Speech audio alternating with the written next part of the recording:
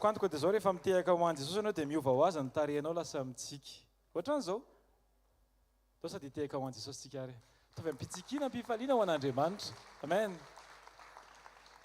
Ny ahafantarana fa eo Andriamanitra eo Jesosy dia tsy hoe fivorian'ny misy volombava na fivorian'ny olona tena hoe manana kôla midy hatrety fa fifaliana. Amen. Ataovy azo antoka fa ny fonao dia efa mifaly sahady satria ny zavatra efa nataon'Andriamanitra teo amin'ny fiainanao dia efa tanteraka sahady. Taontsika mbola hitehaka ho an'i Jesosy any amin'ny fifaliana. Afaka mika aleluia antsika rehetra. Aleluia! Aleluia! Aleluia! Andeha tsika hanomana ny fotsika ionantsika amin'Andriamanitra. Ohatrany ianao rehefa andeha hiasa dia miomana sady ny sainao hieritreritra ny dosie any ampiasana. Fa androany Andriamanitra tsy hieritreritra ny dosie anao manokana. Fa ianao no angatahako androany hitodika amin'Andriamanitra hanokatra ny fonao an Jesosy. Isaky ny misy andro anankiray dia trohatra amin'ny farany mihitsy ataovy ny maximum ahafahanao manome ny tsara indrindra hafanemponao an'Andriamanitra. Andehantsika hitsangana amin'ny voninahitra an'Andriamanitra. Hivavaka tsika rehetra raha sitraka ao aoka ho vonina tsara ny fonao satria ny fonao no tena mamaika an'Andriamanitra androany. Vavaka tsika tompoko. Andriamanitra rainay tsara indrindra masina sady mandrakizay misaotra anao zahay. Eny Jesosy, misaotra anao zahay. Amin'ny fitiavanao ny amin'ny famindramponao ny amin'ny fahatsaranao. Fa Andriamanitra tsy manadino anay mihitsy ane ianao. Andriamanitra mijery ny foana isan'andro isan'andro. Misaotra satria ny fotoana tahaka an'izao dia menao anay mba hahafahanay Andriamanitra mitombony amin'ny fahalalananao. Hahafahanay mianatra amin'ny fankatoavana anao zato isan-jato. Tsy miandry fotoana. Fa amin'ny fotoana rehetra dia ho mpankatoanao zahay. Misaotra Jesosy ny amin'ny teny nandritra ny herinandro no vatsianao teny zahay, no tantaninao zahay, no amarinanao taminay ilay hoe fanazavana ny lalanay ny teninao Andriamanitra. Tsy navelanao nandeha tao anatin'ny maizina zahay, fa nampianarinao isan'andro nandritra ny sekoly latsinainy talata alarobia, ny fitsakotsakoana an'izany ny lakamisy ary miverina eo an-dakilasy indray ny zoma sy ny sabotsy. Amin'ny anaranao Jesosy, aoka ny tontolo andronay Andriamanitra, ho tontolo andro tena feno ny teninao, mba hahafahanay mitombo fitiavana anao isan'andro isan'andro, ahatonga anay ho tianao mihoatra hatrany. Ankehitriny Jesosy dia manondrika ny lohanay zahay, ary na mbola tsy miteny ary ny vavanao dia ny fonay efa ampanekenay sahady hoe ianao ny tompo sy Andriamanitra ay. Tsy manana hafa ankoatranao izahay, tsy mitady hafa ankoatranao izahay. Ampy anay ny fahasoavanao, ampy anay ny fahatsaranao, ampy anay Andriamanitra ny fisianao eo amin'ny fiainana tsirairay avy, ny dera ny laza ny hery haja ho anao. Ankehitriny Tompo, hihaino tenin'Andriamanitra izahay, hamaky tenin'Andriamanitra izahay, hiankohaka izahay. Fa voalohany indrindra Andriamanitra, aoka tsy hanolotra ny fiankofanay ho an'ny olona izahay, fa hanolotra ny fiankofanay ho anao irery any Andriamanitra. Aoka hanolotra ny fonay izahay ho anao irery any Jesosy Kristy. Ny anton'ity fotoana ity Jesosy dia ianao ary ho anao irery any Andriamanitra.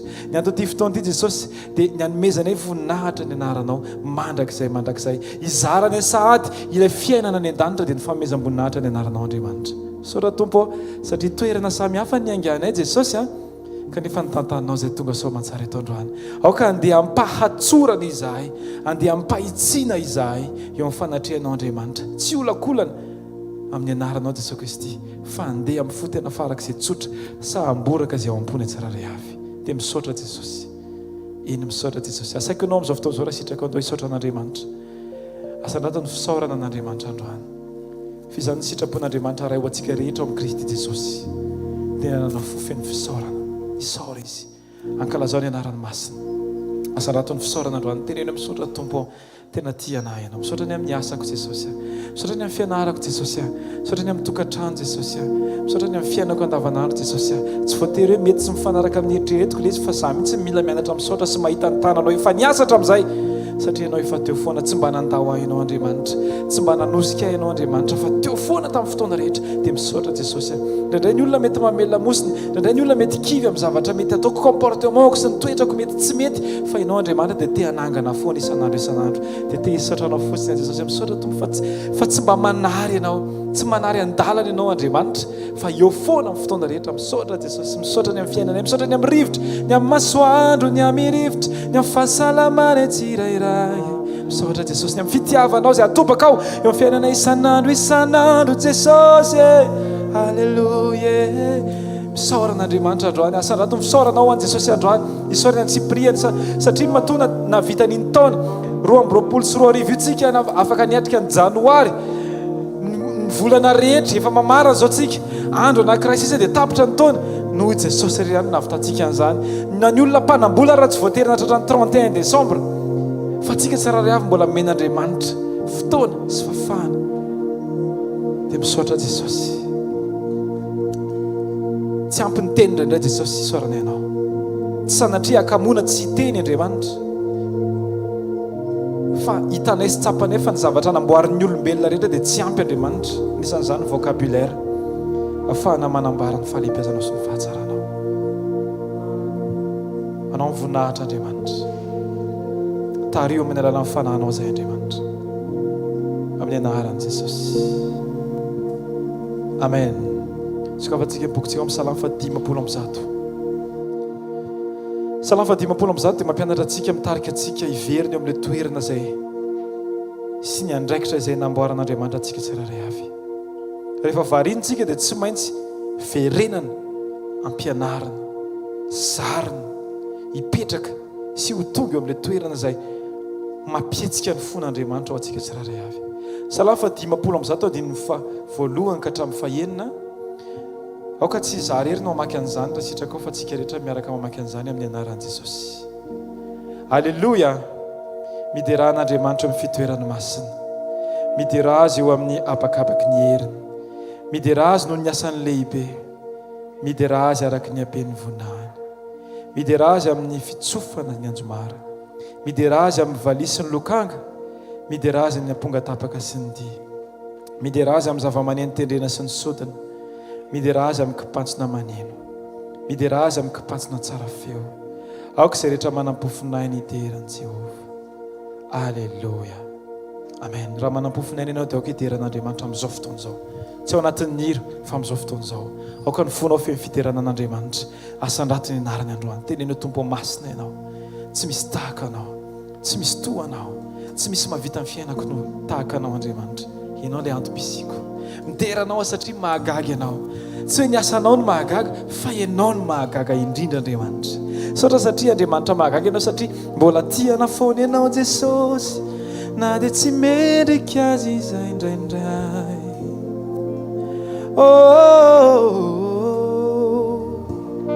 Eto anatrehanao ray reto zahay, miara-miondrika, miara-manaiky ny fahalehibiazanao. Ndreto zahay Tompo, manaiky ny fitarianao. Ndreto zahay Jesosy miondrika amin'ny fahalehibiazanao. Tsy tahaka na inona na inona izahay Andriamanitra, fa koa sy ilaza fotsiny ampy anay ny fahasoavanao Jesosy. Tsy misy fifaliana azonay avy amin'ny zavatry ny tany, fa ny fifaliana tena azo antoka Andriamanitra dia ilay fifaliana vokatry ny fanananay anao Jesosy Kristy, satria anao no antom-pisinay. Eto anatrehanao riray ndreto izahay, mitondra ny fanatitra fisaorana. Fa mendrika indrindra anao, fa mendrika indrindra ny dera mandraka izahay. Noverentsika ihany eto anatrehanao Jesosy, Jesosy. Alleluia.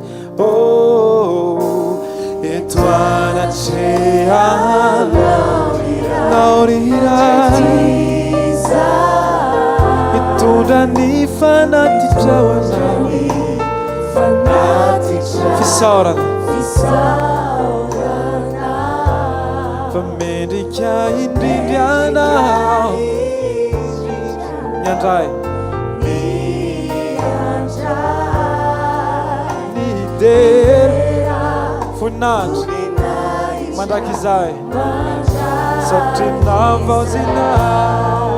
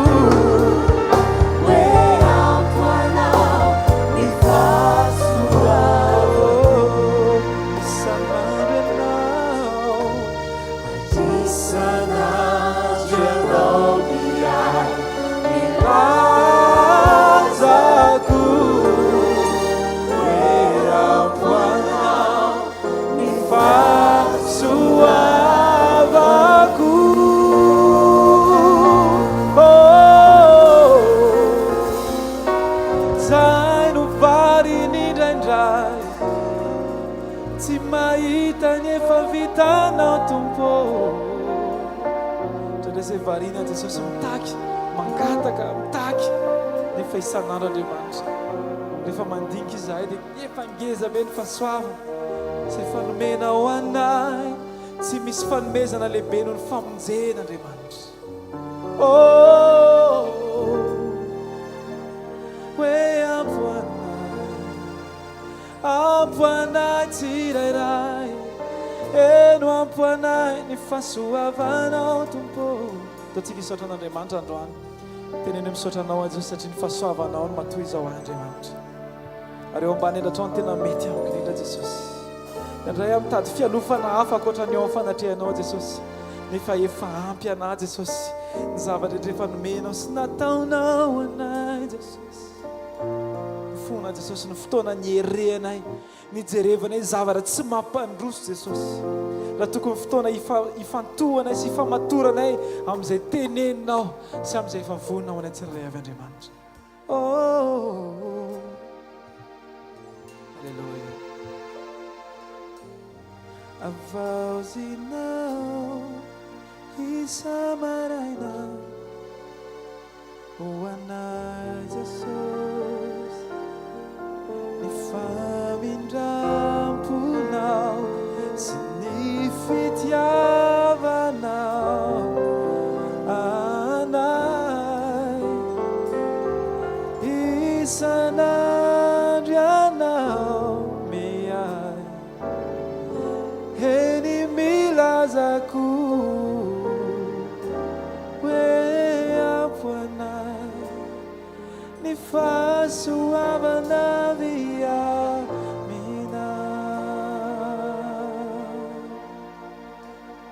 tafatoetra ao aminao ny tsiraray avy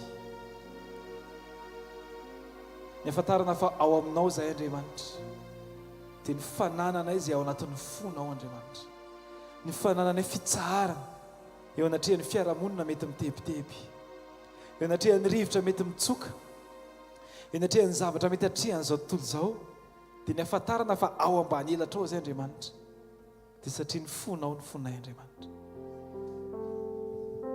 tompo matoky aho matoky tanteraka Jesosy fa mialoka aminao aho matoky Jesosy fa nataky ny ahoana mety fitsokony rivotra dia tsy ampiotsina ny elatra ao izay miaro azy any Andriamanitra. Halleloja.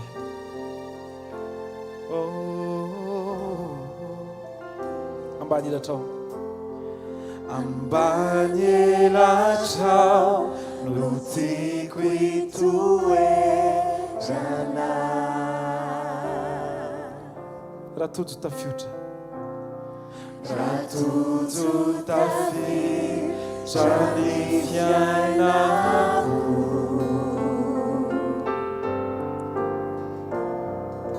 Tsy misy toerana. Tsy misy toerana azoko antoka feo aminao. Feo aminao no iriko. Eo anilanao no Tumpo matoky ao. Tumpo matoky ao.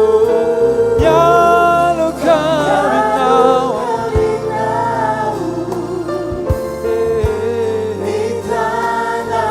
Manodidinay. No manodidinay. Tebiteby atrizay. Tebiteby ifo. Teangina vuku. Mitsahatra ao Jesosy.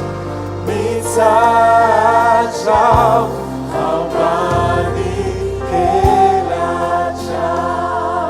Alleluia. Oferitsika hatramin'ny voaloha zany. Alleluia. Ambany elatra ao no tiako itoerana.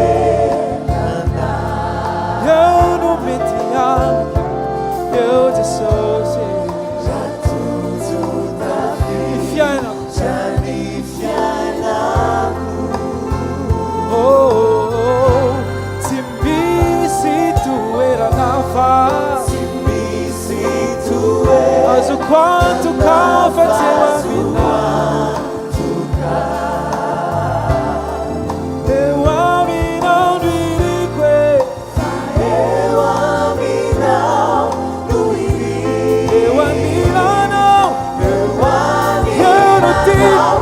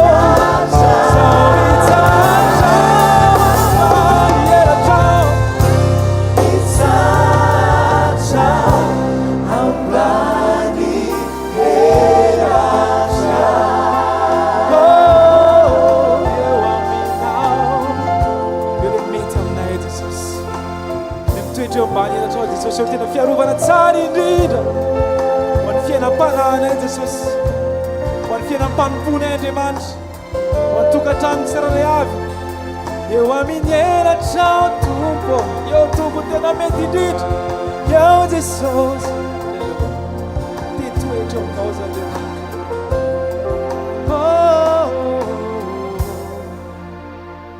ao anatin'ny zavatra trehany anatin'ny zavatra mety mitranga ny fiainantsika tsiraray avy dia hoe tena ahafantaranao marina fa na ianao niezaka ny andika ny fomba an' Jesosy fotsiny na ianao tena manana an' Jesosy samy hafa izay zavatra anankiroa zay ny anankiray na par imitation an'Andriamanitra na par habitation an'Andriamanitra tsika tsiraray avy dia nantsoina mba hitoeran'Andriamanitra fa tsy ezaka ny reproduire ny zavatra hitantsika amin'i Jesosy fotsiny tsy ezaka ny anao fomba fanaon'ny olona mitoriteny na fomba fanaon'ny olona mitarika fiankofana na mihira fa akan'ilay toeranao manokana ao amin'i Jesosy aoka Jesosy hitoetra ao anatintsika tsiraray avy ianao dia trano voatokany hitoeran'ny fanan'Andriamanitra dia sokafony fonao androany dia tena ianao tompo ty feno ifanahanao Andriamanitra satria matoky a Jesosy fa rehefa ianao marina mitoetra taonatoka tompo matoky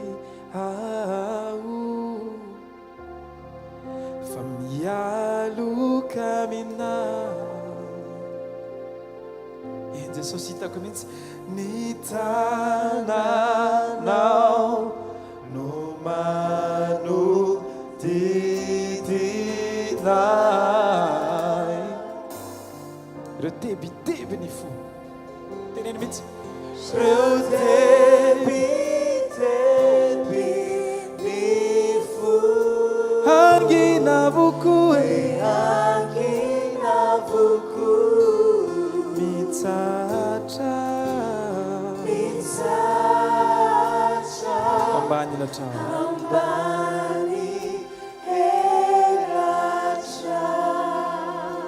mitsatra mitsatra ambany elatra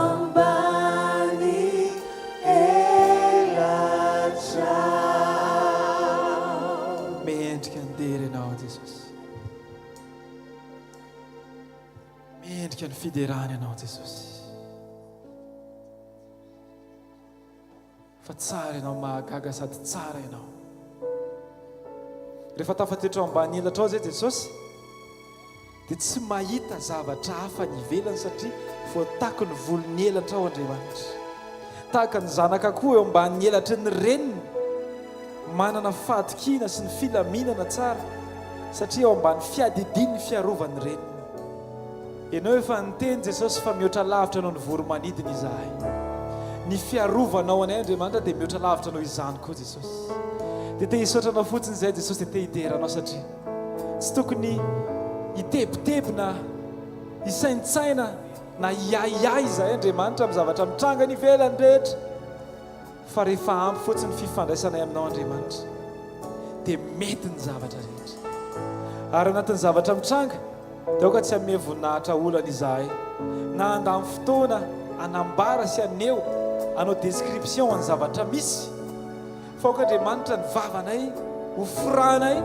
dia tsy hanambarako oatra ny fideranao Andriamanitra alleluia alleluia tovy zany vavaka zany amin'izao fotoana izao tenena tompo ampianarao hideranao amin'ny fotoana rehetra Andriamanitra tsy amin'ny fotoana mamety Andriamanitra fa amin'ny fotoana rehetra mbola misy fofinainy eo amiko dia aoko fiderananao Andriamanitra nanetsika ny tanako nanetsika ny tongotro na fomba firako mendrika ny dera sy ny aja asandratray ny tananay hoanao mba hovoninahitra mendrika ny dera sy ny aja sy ny aja asandratray ny tananay hoanao mba veritsika any mendrika ny dera mendrika ny dera mendrika ny dera sy ny aja asandratray ny tananay hoanao mba hovoninahitra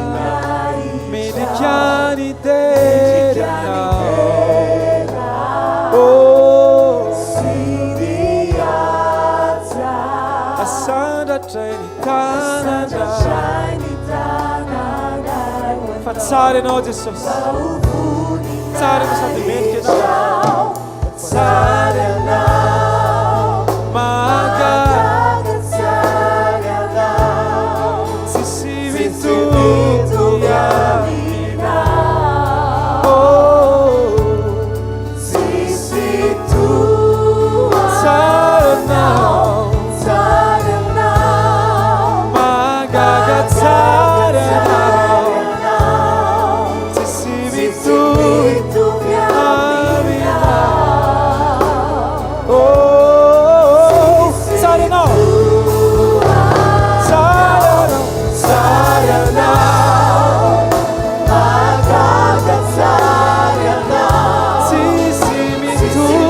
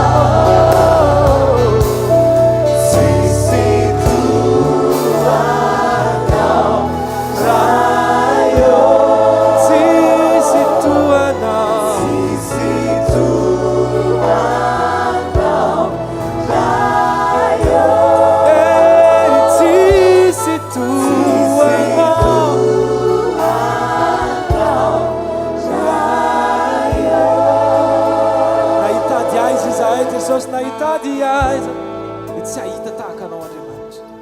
Tokany eo amin'ny fiainanay ianao, nao ilay mpamonjy mavita ny zavatra rehetra amin'ny fiainanay Andriamanitra.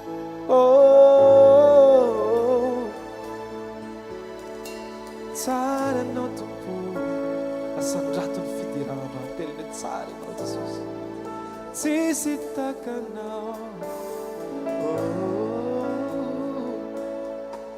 Fa tsara ianao mendrika indrindra ianao, mandrakizay ianao, tsara ianao, mahagaga tsara ianao, tsisy mitovy aminao,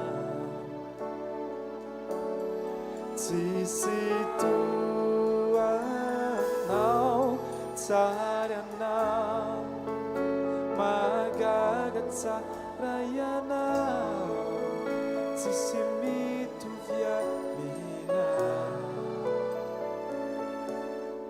tsisy toa anao, raio. Alleluia, alleluia, fenoy izahay fanay masina, mihinanao ny fiainanay, teneny mitsy mihinanao aho Jesosy. Ahoana moa ny andehanako Jesosy, ahoana ny ahaizako manao zavatra anankiray raha tsy ianao ny mialoha anahy Jesosy. Lainga daholo Andriamanitra, le hoe za mavita zavatra haiko io, lainga zany Jesosy. Indraindray zay Jesosy mandainga amin'ny tenanay, te hampaherin'ny tenanay zay hoe mavita zavatra, kanefa Jesosy na mampaniry ny volomasonay ary tsy vitanay Andriamanitra, na mampifomarainanay ary Jesosy tsy vitanay zany Andriamanitra. Fa nay masinao tahaka ny tamin'ny Pentekosta dia midiny anao mamenoana tsiraray avy, fenoy ny rehetra anatin'ity efitrano ity Andriamanitra, fenoy ity trano ity Andriamanitra, fenoy ny tsiraray avy Andriamanitra. Alleluia, arakaraky ny habe ny etahitanay Andriamanitra, ny afahanay mandray ao koa lehibe ny etahitan'ny tsiraray avy Jesosy. Tsy hofeno zavatra hafa, ary tsy tiana hofeno zavatra hafa amin'ny fiainanay Andriamanitra, fa ianao ny tianay hameno anay Andriamanitra. Aoka tsy hofeno teny avy any ivelany izay Jesosy, fa feno ny teninao, feno ny teninao, ampaherezo aho, fanay masinao, mamiko indrindry anao, avy mameno avy mameno tanteraka fahetsiana tsy ho feno zavatra afa-tsy anao hitondray le fiainana tompo ao anatyko fanay masino avy mameno ataovy ika mafentsany zany avy mameno tanteraka ianao androany avy mameno tanteraka fahetsiana tsy ho feno zavatra afa-tsy anao hitondray le fiainana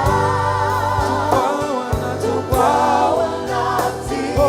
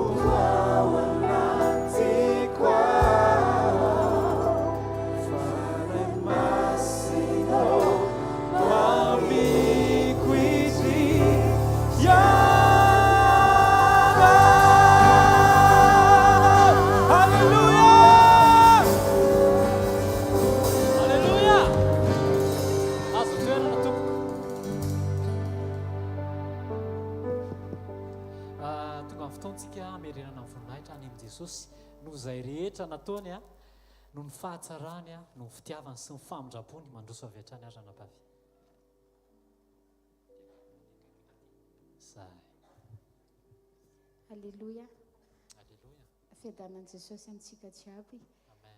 Za zeny tamin'ny talata zeny nanatrika fotoana zeny fotoana fampianarana sekoly famana olana zeny fa za ndraiky zeny niala tanatrano tsy nisaina za hoe andeha hianatra za mba ahazo asa zeny fa noho ny le fampianarana tao zeny rehefa nanaraka za zeny nanapa-kevitra za zeny anaraka le izy nankatoy le fampianarana zeny mikasika hoe ireo karazana fandresena zeny dia ny nampianatra zeny mpanompon'Andriamanitra volany fa atsika ozy nambara mila mandresy alahelo volany bôkeo koa mila mandresy ny fitaka ny satana ozy nambara satria za zeny taloha za navy teto an-tanà zeny nanana alahelo be zeny za tanaty fonaka tany bôkeo nisy olo tena namparatra fonaka zeny taminay tany dia tsy namelaloka izy mihitsy za fa lera za zeny nandray fampianarana iny zeny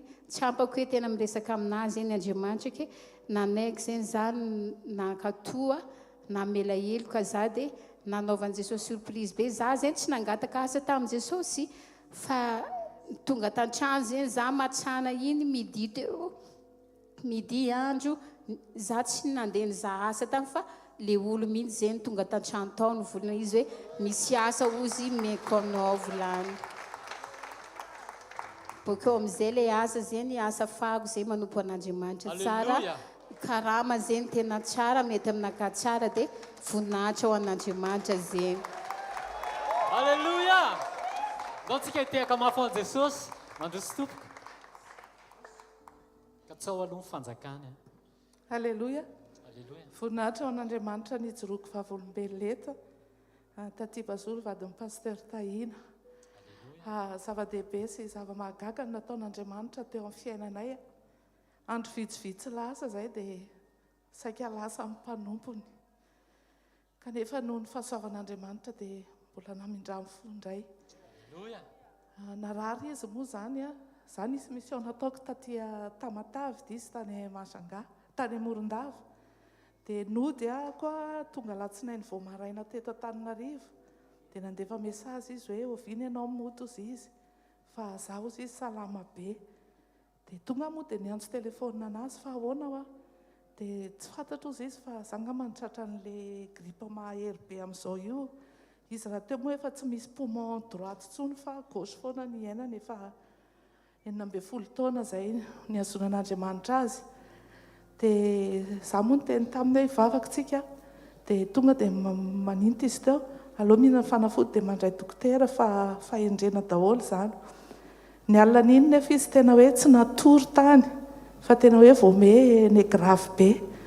Dia nisy fianakaviana moa tany izany dia nasaina nijery anazy tao dia zareo niteny hoe aloha izy entina miakatra fa tsy possible ozy izy fa tena grave be mahazo anazy.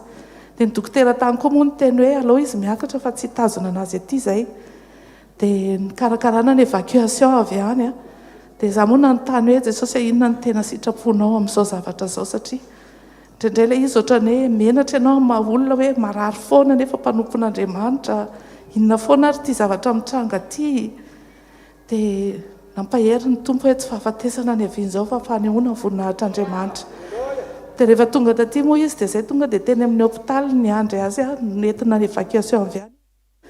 Tonga dia nataony fandraisana ny anina rehetrarehetra 79% saturation tamin'izay.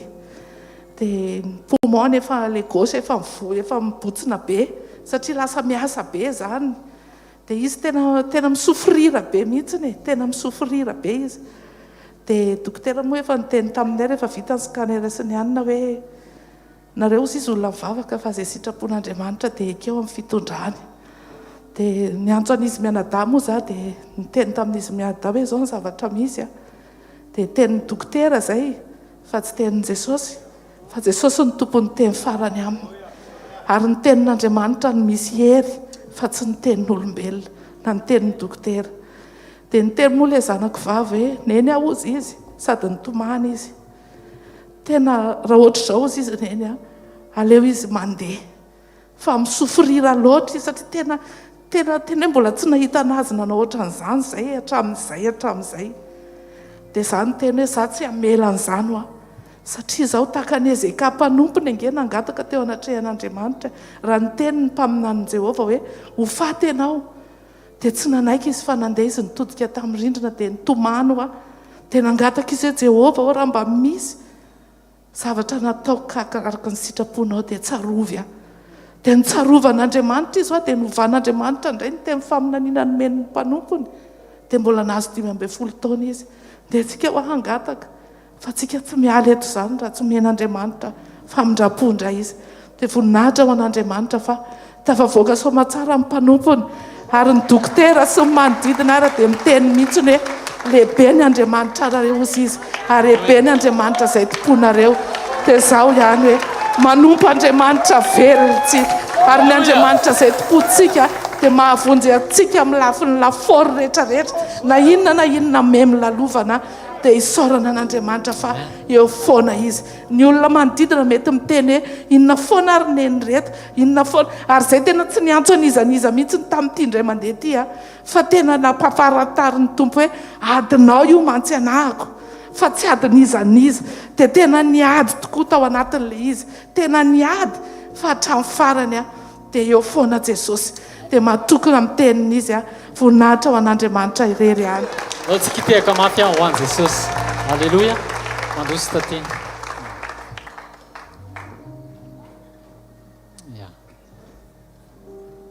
Metsika micro izy fa zany hiteny. Tamin'ny sabotsy ilay fotoanantsika tao amin'ny shoprite iny dia tamin'ny farany dia niala avy any an-trano izy vala te hivoaka fa tsy afaka mivoaka mihitsy dia marary be dia tsy mahalatsaka mihitsy ao amin'ny toalety araka amin'ny fitantarany dia tonga tao izy dia nangatabavaka tamin'ny mpanompon'Andriamanitra hoe zaho izy mba eto mambavaka tao amin'ny shoprite io tamin'ilay asabotsiny fa tena tsy mahatafa voaka mihitsy anefa ny tena marary be te hivoaka mihitsy dia nangataka tamin'i Jesosy ataovy mivoaka izy ataovy mivoaka daholo ataovy maivana izy dia nakany amin'ny toalety mosy dia lasa izy nakany amin'ny toalety vao vita le vavaka nakany amin'ny toalety izy dia ohatrany tsy nisy le tao anaty kibony fa miporitsaka ohatrany tsy teo Jesosy ny tao ambadika izany ndao tsika hitehaka mafy ho an'i Jesosy. Alleloia.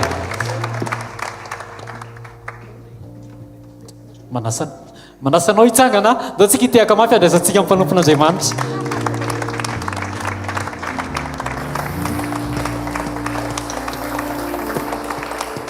Halleluja.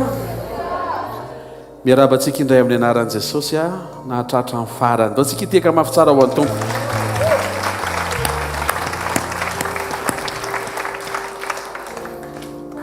Tsy izay te ho tratra ny farany no tratra ny farany tena marina. Fa misy Andriamanitra mandaminao dia mandahatra mametrapetraka izy fa zasy ianao dia isan'ny olona ampahitany an'izao farany toy izao. Amen. Ireo vavolombelona izay nataon'Andriamanitra teo amin'ny fiainan'ireo paraitam-po tamintsika teo reny dia ndao tsy avelantsika handalo fotsiny fa ndao tsika hisaotra fa Andriamanitra mahatoky izy, Andriamanitra mamangy indraindray problema tsy fantatrao fantatr'Andriamanitra anomezan'Andriamanitra teny raisinao vahan'Andriamanitra anokafan'Andriamanitra lalana. Indraindray aretina mety hoe zavatra manaintaina mety tahaka an'izay nitranga teo amin'ny fiainan'ny pasteur teo hoe efa teny eo am-bavahoana ny dia ho an'ny any akoatra fa Andriamanitra manana sofina afaka hiain'ny fony izay rehetra mangetaheta azy. Avao foana tarinao ndao tsika hisaotra an'Andriamanitra ny amin'ireo témoignage teo reny. Saotra ray amin'ny anaran'i Jesosy. Ny hainy vavaka ianao na maly vavaka ianao niasa tamin'ny fomba tsy takatry ny saina ianao manome teny mamangy amin'ny fampianarana manintsy amin'ny fahamarinana manaitra indray ho amina famelan-keloka tsy takatry ny saina tsy nandalo ny saina tsy navesatra akory kanefa fantatrao fa tsy mety raha vao fitaka Satana amin'ny fangatanandro na amin'ny tsy fahitana izay famelan-keloka tokony homena ny zanakao dia nibitsihana sy nivangina ary rehefa vita ny fankatoavana dia nomenao ny fankasitranao tamin'ny fanokafanao lalana. Saotra ray amin'ny anaran'i Jesosy. Saotra ny kiona amin'ny areti-kibo izay karakarainao ary tsy ny areti-kibo fa ny aretina rehetra na izay fomba vahoana amin'ny fahafatesana na izay anatina fijaliana sy fampahoriana tsy ho takatry ny saina sy ho hazavaina na izay efa toy ny hoe fotoana fohy sisa ny tombon'andro eto ambony tany dia mijoro ianao ilay Andriamanitra ny tombo-potoana, ilay Andriamanitra tompon'ny fiainana, ilay Andriamanitra nanome tombon'andro an'i Ezekia. Ianao ilay manome, ianao ilay mizary izany araka ny sitraponao. Rehetra tsy mankasitraka sy misaotra anao ny amin'ny zavatra nataonao teo amin'ny fiainan'ireo zanakao ireo. Faly sy ravoravo izay manana anao. Misaotra ny kio fa dia todi-soan'ity faran'ity izay. Enina dia rapitso azy amin'ny fotoam-pisaorana efa manomboka hisaotra sady izay amin'ny fitakarivo ity. Nomenao taona tsara satria taona niaraka taminay ianao. Misaotra ny amin'ny volana janvier tompo, février, mars, avril, mai, juin, juillet, août, septembre, octobre, novembre sy ity décembre ity midera sy laza tompo ty averina aminao fa mendrika ao anao satria anao amin'ny anara mahery Jesosy Kristy verina masina sy manan-kera avy any Nazareta. Saotra raha eo amin'ny anaran'i Jesosy. Hitakarivo ity tompo alohan'ny amaranina ny taona dia mbola tehiry zay anambarana ny anatin'ny fonay fa ianao no ilainay.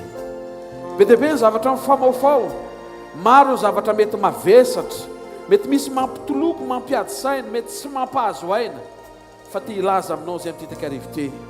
Ianao no ilainay, ny fanatrehanao no mitondra fahafam-po sy fahafenoana, fahavokarana sy fahabetsahana ho anay. Ianao manatrika anay tompo no ilainay amin'ny hitakarivo ity.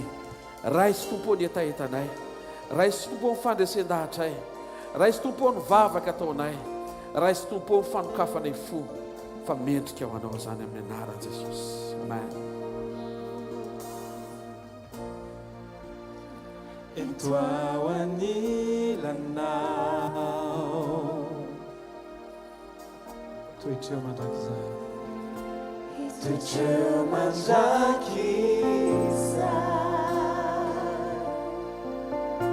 omeko anao ny fiainako Jesosy. Omeko anao ny fiainako.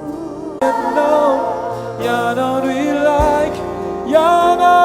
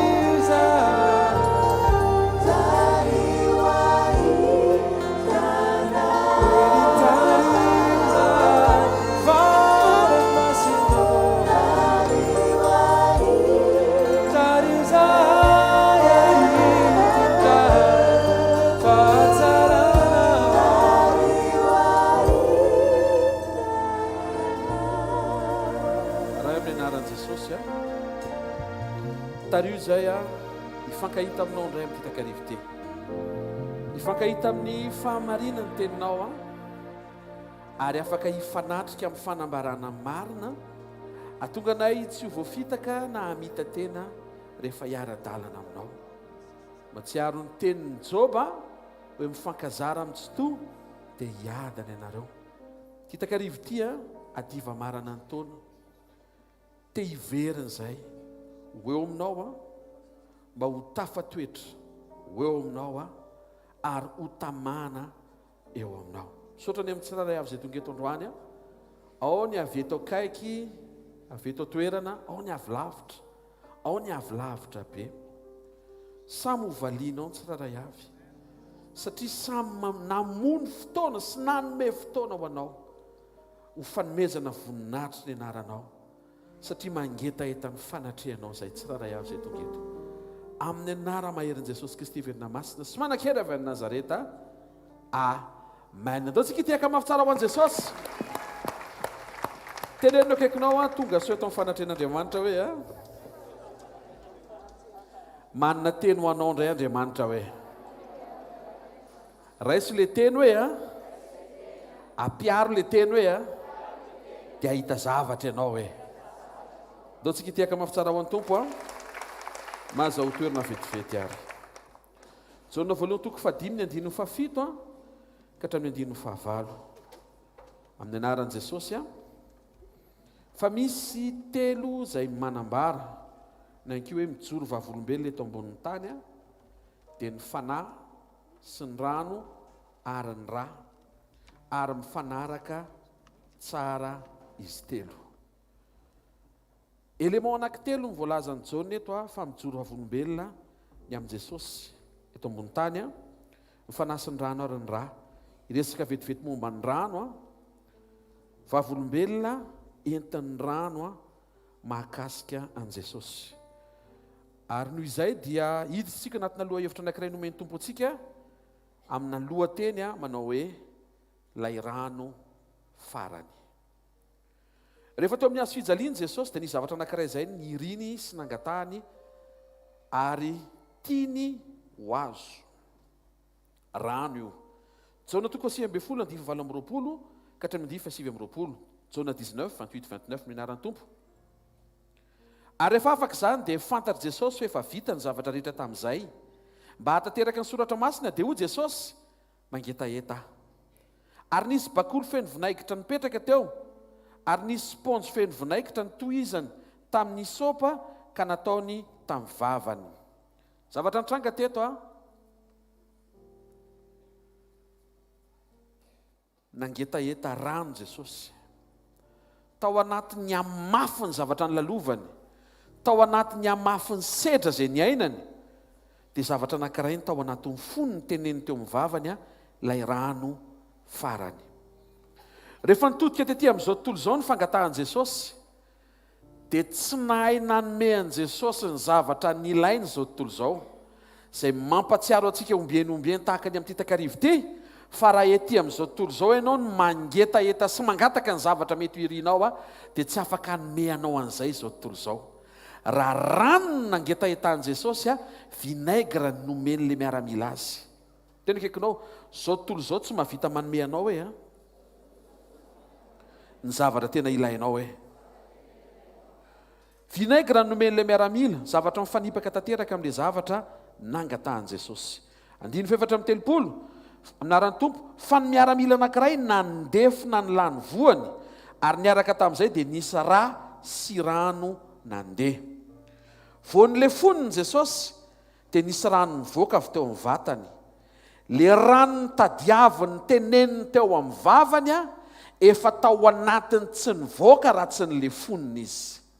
Amin'ity takarivo ity dia hampatsiaro antsika Andriamanitra amin'ny alalan'ity lohateny hoe ilay rano farany ity, fa ny zavatra tena ilainao dia efa napetraka Andriamanitra ao anatinao, tsy mivoaka ho azy izy raha tsy niromony ianao. Ary androany dia fotoam-panindromana. Alleluia. Voavolefona izy tonga dia mivoaka le rano le nilainy.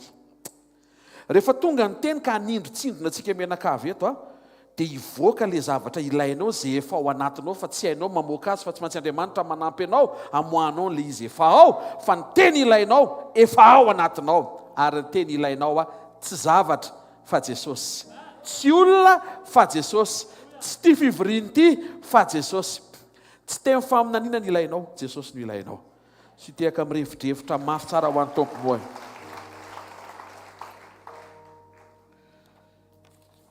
Io rano farany io dia manaitra antsika Andriamanitra fa misy zavatra napetrany ao anatinao.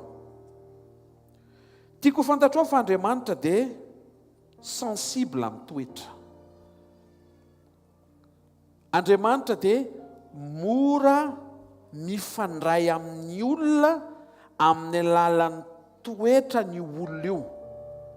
Raha tianao tsara ny fifandraisanao amin'Andriamanitra dia tsy maintsy mikitika toetra ianao. Raha toa ka tsy miova ny toetranao dia tsy miova ary tsy mivoatra ny fifandraisanao amin'Andriamanitra. Adiva marana ny taontsika dikan'izay ilaina fantarinao ty zavatra tian'Andriamanitra ahatonga sainanao sy handraisanao fepetra ity amin'ity takarivo ity. Marina tokoa fa Andriamanitra manana ny fotoanany. Marina zany sa tsy marina? Andriamanitra dia manana ny fotoanany, révélation.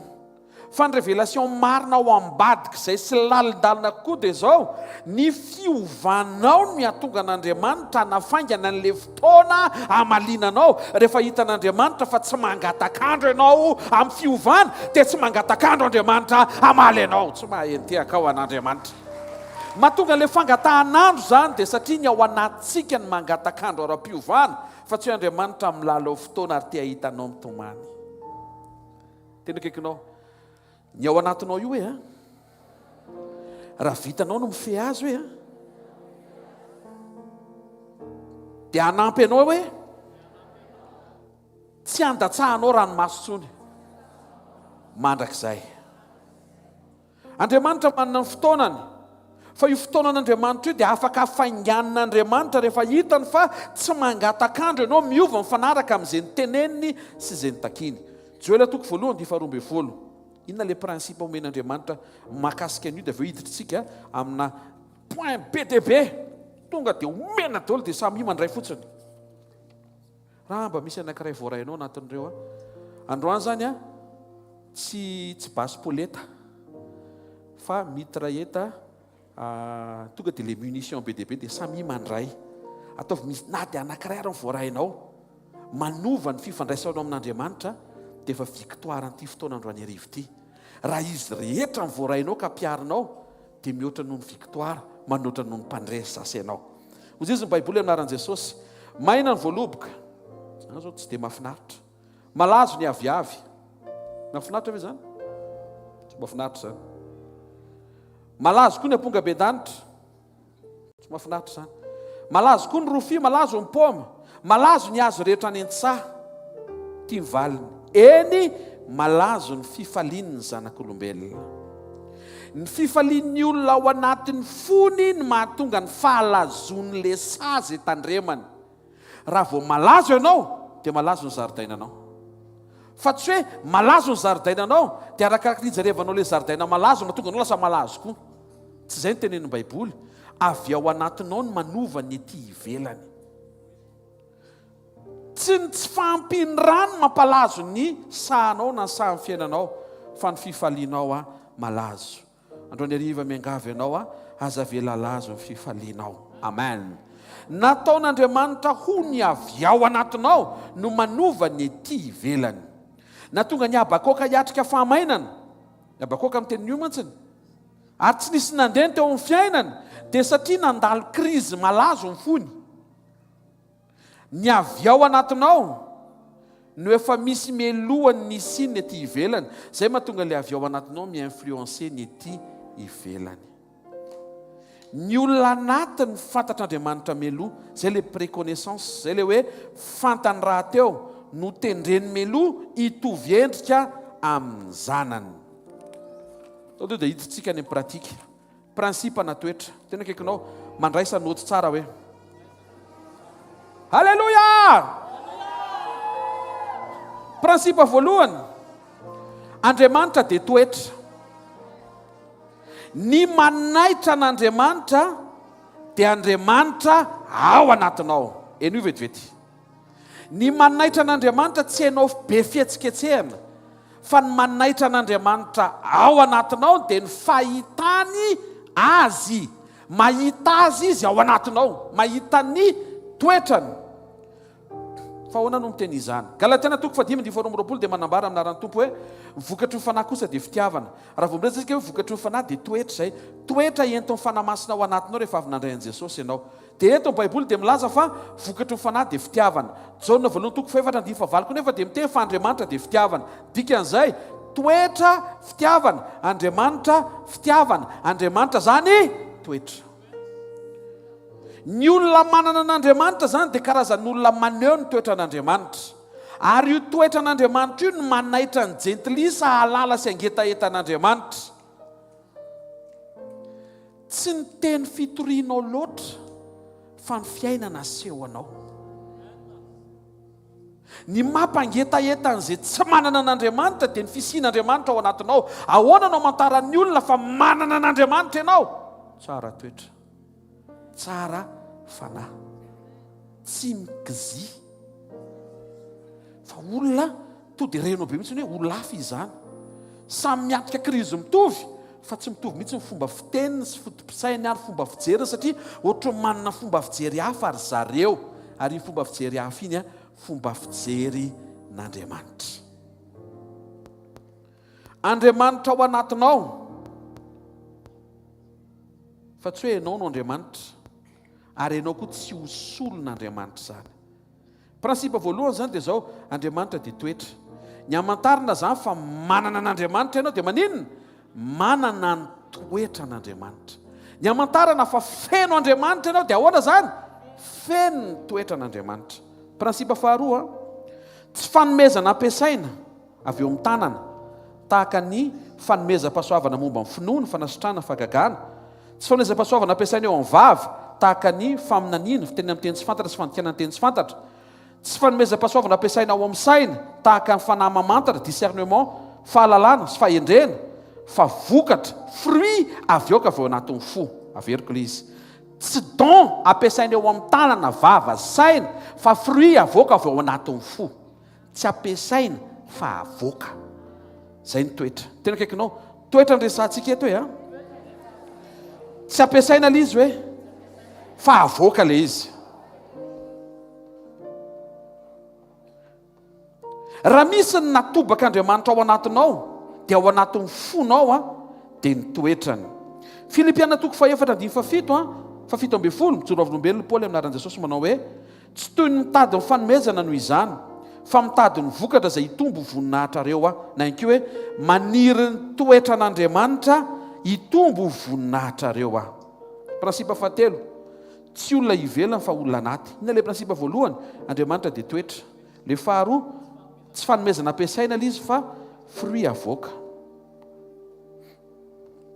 Ilay fahatelo, tsy ilay olona ivelany mamaky an'Andriamanitra ho karakaraina, fa ilay olona anaty tsisy mahita, fa Andriamanitra ny mahita hoe izy io olona io ao anaty ao. Efa hifaran'izao tontolo izao, tsara ianao mamoaka toetra dia ny toetra an'Andriamanitra. Tsara ianao manomboka manamboatra ny fifandraisanao amin'Andriamanitra aman-toetra, ary tsara ianao mikarakara n'ilay olona ao anaty izay hiatrika ny mandrakizay. Efesiana toko fahatelo andiny fahina ambin'ny folo amin'ny anaran'i Jesosy, mba homeny anareo araka ny hareny voninahiny ny mba ho atanjahana fantatra amin'ny fanahiny ny toe-panahinareo. Io toe-panahy io olona anaty ny voalazan'ny dikateny fototra, zany hoe ianao io zany tsy ilay ianao ety ivelany hita maso io fotsiny, fa misy ianao ao anatinao. Tena kaikinao, misy ianao ao anatinao hoe, ary le ianao io io le mampanahin Jesosy hoe hoaiza hoe tsy fanehoana hitany rehetra, fa fanomanana hitan'Andriamanitra ao mangingina. Andriamanitra tsy mitady olona matianana manana fomba fiasa mipetrapetraka efa nahitam-pahombiazana azo averimberiny, fa Andriamanitra mitady olona tsy mahay ninninina fa ka hiankina amin'ny isan'andro amin'ny zavatra ataony, miandry direktiva vao isan'andro, satria tsy misy formule fa misy fitarihana. Ny définition professionnalisme dia ny fipetrahan'ny procédure efficace. Dia zay mahatonga ilay hoe on ne change pas une équipe, fa tsy zay ny an'Andriamanitra. Ny an'Andriamanitra, je change comme je veux, l'équipe comme je veux. Tsisy idirany amin'ny kiganina sy kigany pa ilay izy, fa sitrapon'Andriamanitra no resahana. Dikan'izay, raha nahita lalina ianao na omby, tsy voatery ohatran'izay ny tian'Andriamanitra ombiazana indray raha-pitsy, na dia efa naomby areny. Fa tian'Andriamanitra ianao aneritena anaiky ho tarihany mba hiain'ny direktiva avy aminy, fa raha nampahombiazana ianao tamin'ny direktiva teo aloha, ho ampahombiazana ianao amin'ny direktiva manaraka, ary ho ampahombiazana mandrakariva ianao amin'izay direktiva mandrakariva omeny indray ka mbola henonao. Amen. Andriamanitra tsy manome brevet, fa Andriamanitra manome bravo rehefa manaiky ho tarihana ianao. Tena kaikinao, le olona anaty io resantsika io iresaka fahamarinana momba ny toetra indray verité anankiray, ny zanak'Andriamanitra tsy aseho amin'ny zavatra ety ivelany hoe satria Andriamanitra tompony zavatra rehetra dia amin'ny mahazanany antsika dia tokony mba asehoko antsika. Tsy zay ny fanehoana ny zanak'Andriamanitra, tsy amin'ny alalan'ny zavatra ety ivelany, fa amin'ny alalan'ny zavatra ao anaty aseho anao, ahitan'ny olona fa tena zanany tokoa ianao. Zay mahatonga ny Romana toko voalohany ny faefatra miteny fa Jesosy naseho tamin'ny kely ho zanak'Andriamanitra araka ny fahamasinana tamin'ny résurrection. Fahamasinana, toetra no anehoana ny mahazanak'Andriamanitra. fa tsy hoe nitaingina briky jesosy niakatra any jerosalema ianao koa tokony hitaingina fiara tsy zay le izy ka tsy zay tsy marina zay ny marina dia zao nandefitra jesosy mila mandefitra koa ianao zay zao marina zay briky tokoa ve ny ilainao tsy briky aniny ilainao e fiara dika zay zany tsy le briky nitaingenan jesosy zany no anaporofona fa zanak'Andriamanitra ianao tsy any amin'ny fanehoany ety ivelany fa amin'ny alalan'ny fiainan'Andriamanitra avy ao anatinao teneno akaikinao ny mahazanak'Andriamanitra anao e dia avy amin'izay ao anatinao e verité faharoa ny destin ny anjara voatendry dia tsy leritrerentsika hoe lasa ministra izy Joseph tena tanteraka ny antom-pisiny ny antom-pisiny Josefa tsy izy lasa prime ministre fa izy nanahaka n'Andriamanitra tamin'ny fahafahany namela heloka ireo rahalahy izay nizaha ny ainy sy nitady ny ainy ary saika hamono azy zay mahatonga ny Romanina toko fahavalo andiny fahasivy amby roapolo miteny anaran'i Jesosy hoe zay fantany raha teo ny tendreniko prédestiné hitovy endrika amin'ny zanany ny destin dia fitoviana toetra amin'i Jesosy atao ino zany pastera atao ino hitovy endrika amin'i Jesosy mila mitovy endrika aminy ianao raha te hahita ny fisehoany satria izy ny Jaona voalohany toko fahatelo andiny faharoa amin'ny anaran'i Jesosy raha iseho Jesosy dia ho tahaka azy isika fa raha tsy tahaka azy isika dia tsy hifankahita aminy isika ny fitovitoetra entre anao sy Andriamanitra anisany hifankahitanao amin'Andriamanitra zay mahatonga le sambatra madio am-po fa izy no ahita n'Andriamanitra madio am-po ihany koa fa hoana pastera le fahamasinana teo atao inona fahamasinana ozy izy ny Hébreu 12:14 zay tsy manam-pahamasina tsy ahitany tompo tsy hoe zay tsy no hamasinina fa zay tsy manam-pahamasinana le no hamasinina mantsy zay nandray an Jesosy ka teo ny fanamasina ny consacré anao ny fanamasina no hamasinina ianao fa le manam-pahamasinana décision anao amin'izay avy noho ny amin'ny fatsapahanao fa mampalahelo an'Andriamanitra ny fiainana lavitra ny fahamasinana dia mizotra anao ny fiainam-pahamasinana manamasina ny tenanao an-tsafidy ianao manamasina ny masonao ny sainao ny vavanao sy ny tananao sy ny fitondra tenanao ary mifanaka sy ny tova rehetra dia ianao le manam-pahamasinana ahita ny tompo reo mariko efa misy ifandraisany amin'ny fanjavonana daholo le toetra hatreto ary hatramin'ny rehefa be dehibe ho tany saika ireo avy eo tena misy ifandraisany amin'ny fanjavonana fiatrehana ny farany amen verité fahatelo Jesosy tsy nanokatra fa tsy sekoly anankiray Matthieu 11:29 mianaran'ny tompo entiny ziogako mianara amiko fa za malemy fanahy sa tsy miavina am-po Jesosy tsy nanokatra sekoly mianatra mandeha ny ambony rano na sekoly mianatra makeny pasina mamoaka razana avy ao tsy zay ny nampianarin' Jesosy nampianarin' Jesosy nampianatra fahalemem-panahy izy nampianatra fanetretena izy nampianatra toetra izy tena akaikinao nampianatra toetra hoe Jesosy fa inona ny ifandraisan'ny fahalemem-panahy sy ny famonjena Jakoba toko voalohany dia varaiky amin'ny roapolo amin'ny anaran'ny tompo ary io ny fahalitoana sy ny lolo-po rehetra ekeo amin'ny fahalemem-panahy ny teny nambolena zay mahavonjy ny fanahinareo ny ahavonjy ny olona amin'ny farany dia ny fanana ny fahalemem-panahy anaiky ny teny nambolena zay teny tsekenao zany dia miandry ianao alohan'ny famonjena ohatra aza mandainga ok tsy andainga aza kizitina za efa tsy kizitina tsony aza ratsy saina zanga ratsy saina zany dia iny teny momba n'ilay aza ratsy saina iny miandry ianao amin'ny farany fa iny ny tsy ampipasy ianao andra vao tsy raisinao ny olona malemy fanano afaka handray an'le teny zay nambolena misy toyany mahavonjy ny fanahy toeziko inona moa zany ny atao hoe fanotronana fandraisana foana moa zany ny atao hoe fanotronana na assistance divine dia Andriamanitra mihetsika tsy hoe Andriamanitra eo fa Andriamanitra mihetsika Andriamanitra eo présence de Dieu Andriamanitra mihetsika la présence de Dieu qui assiste manao hetsika Andriamanitra mikarakara anao. Ary io fihetsehan'Andriamanitra io dia noho ny amin'ny fahitan'Andriamanitra toetra azo iaingana avy ao anatin'ny fonao. Ary le toetra hitany dia ny toetra ny tarafina eo amin'ny fiainanao. Rehefa avy nandray an' Jesosy ny olona anankiray, dia afaka maneho ny toetran'Andriamanitra avy ao anatin'ny fony io olona io, satria nampidiry ny fanamasina ao anatin'ny fony izay mandray an' Jesosy ny fahafenoan'ny toetran'Andriamanitra rehetra. Ianao tsy mahavita mamela elo koa izany misy tokona famindra-poso famelan-kelo kagenjana be ohatry ny le nananan'i Jesosy teo amin'ny hazo fijaliana ao anatinao, fa tsy fantatrao fotsiny fisian'ilay izy. Tsy hainao mamoaka an'ilay izy, na malaina ianao mamoaka an'ilay izy. Tena kekinao efa ao ilay izy hoe. Diso zany réaction ny olona hoe mahatonga tsy mahavita ilay izy, tsy manana an'ilay izy diso zay. Manana ianao fa tsy hainao mamoaka azy. Fa efa ao ilay izy rehefa avy nandray an' Jesosy ianao, dia efa mifenoan'i Jesosy ho ao anatinao, tsy milatsaka, tsy mihoatra. Ny fahafenoan'izay toetra nananany ho ao anatin'ny fonao azonao avoaka.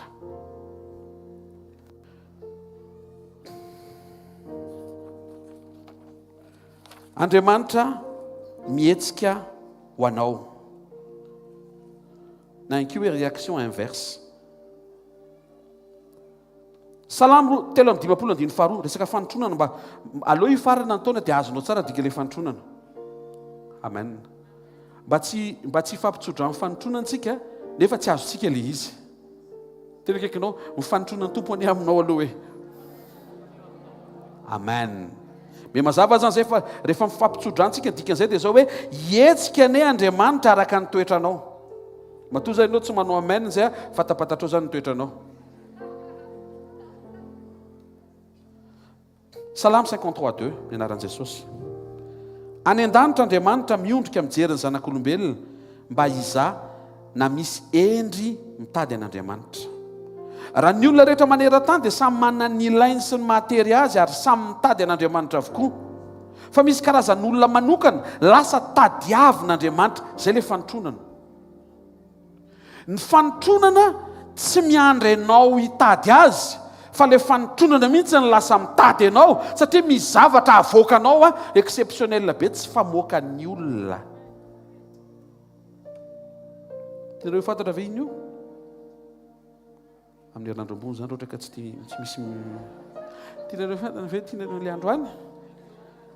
Dia nanangan-tanana mijanona fa ny aminy rehetra mijanona eo thank you, alleloia. Tianareo fantatra ve mivaly izy mba tsy hangano tanana hoe? Zao ny tenenin'Andriamanitra, Samuela 13:14.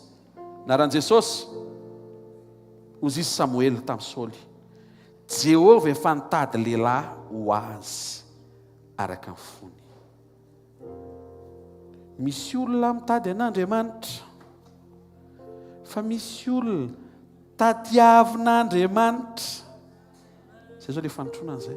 Fa manana misy olona tadiavina. Andriamanitra rangaha tena mizatavan'olona. Andriamanitra tsy mizatavan'olona. Izay matahotra azy izy no ankasitrahany sy atao miavaka ny firenena anankiray izy Spetera. Fa izy io ny tadiavin'Andriamanitra io, Davida. Samuela 22:14 teny ambavany Ahimeleka no nampitenenin'Andriamanitra ny toetrany Davida. Iza moa mpanomponao rehetra ary Saoly mpanjakany mba mahatoky tahaka ny Davida. Rehefa mahatoky ianao, mety tsy hitan'ny olona na mety ahiliky ny olona tahaka izay niainan'i Davida, tsisy mpanara-maso, tsisy caméra de surveillance, tsisy prime de performance, fa manompo be fotsiny miandriondro vitsy, tsy fantatra iny tsisy karama no adino. Maika rehefa krismasy ohatr'izao tena tsisy cadeau mihitsiny, fa mbola mijoro mahatoky teo izy Jese. Ny tena marina ny tsy mila ny Davida fa nampitsangana an'Andriamanitra ny teny hoe Jese rehefa tsy ilainao izy, za mila azy ary za hitady azy fanotro. Ka tsy problema raha tonga eto ianao zany le tsy tadiavin'olona, le nahiliky ny olona, le nangalary ny olona sy le ararotin'ny olona. ohatry ny ahilikilika amina asa tsy ilaina ohatrany tsy haitsy zany hoe andeha ninona sy anao ahoana nefa eo amin'iny asa iny tena mirasioraka ianao tena fidèle ataonao faran'izay raitra sy tsara iny tsy noho ny amin'ilay olona hita maso maniraka sy nametraka le andraikitra fa noho nyle amin'ilay Andriamanitra tsy hita maso nametraka anao teo amin'izay poste zay toy izy Andriamanitra hoe tiako izay toetra izay ary satria tiako izay toetra izay dia tsy maintsy ho tadiaviko izay olona izay. Inona ny ifandraisan'izany pastera amin'ny farany a? Za tsy dia problemako loatra ny tadiavin'Andriamanitra zany fa za rehefa mitady an'Andriamanitra ka mahita azy amin'izay ilako azy a dia ampy anazy ay. Tsy ampy le izy satria izao notenenin Jesosy Luc 19:10. Luc 19:10. Miara mamaky tsika. Isa 2 minaran Jesosy.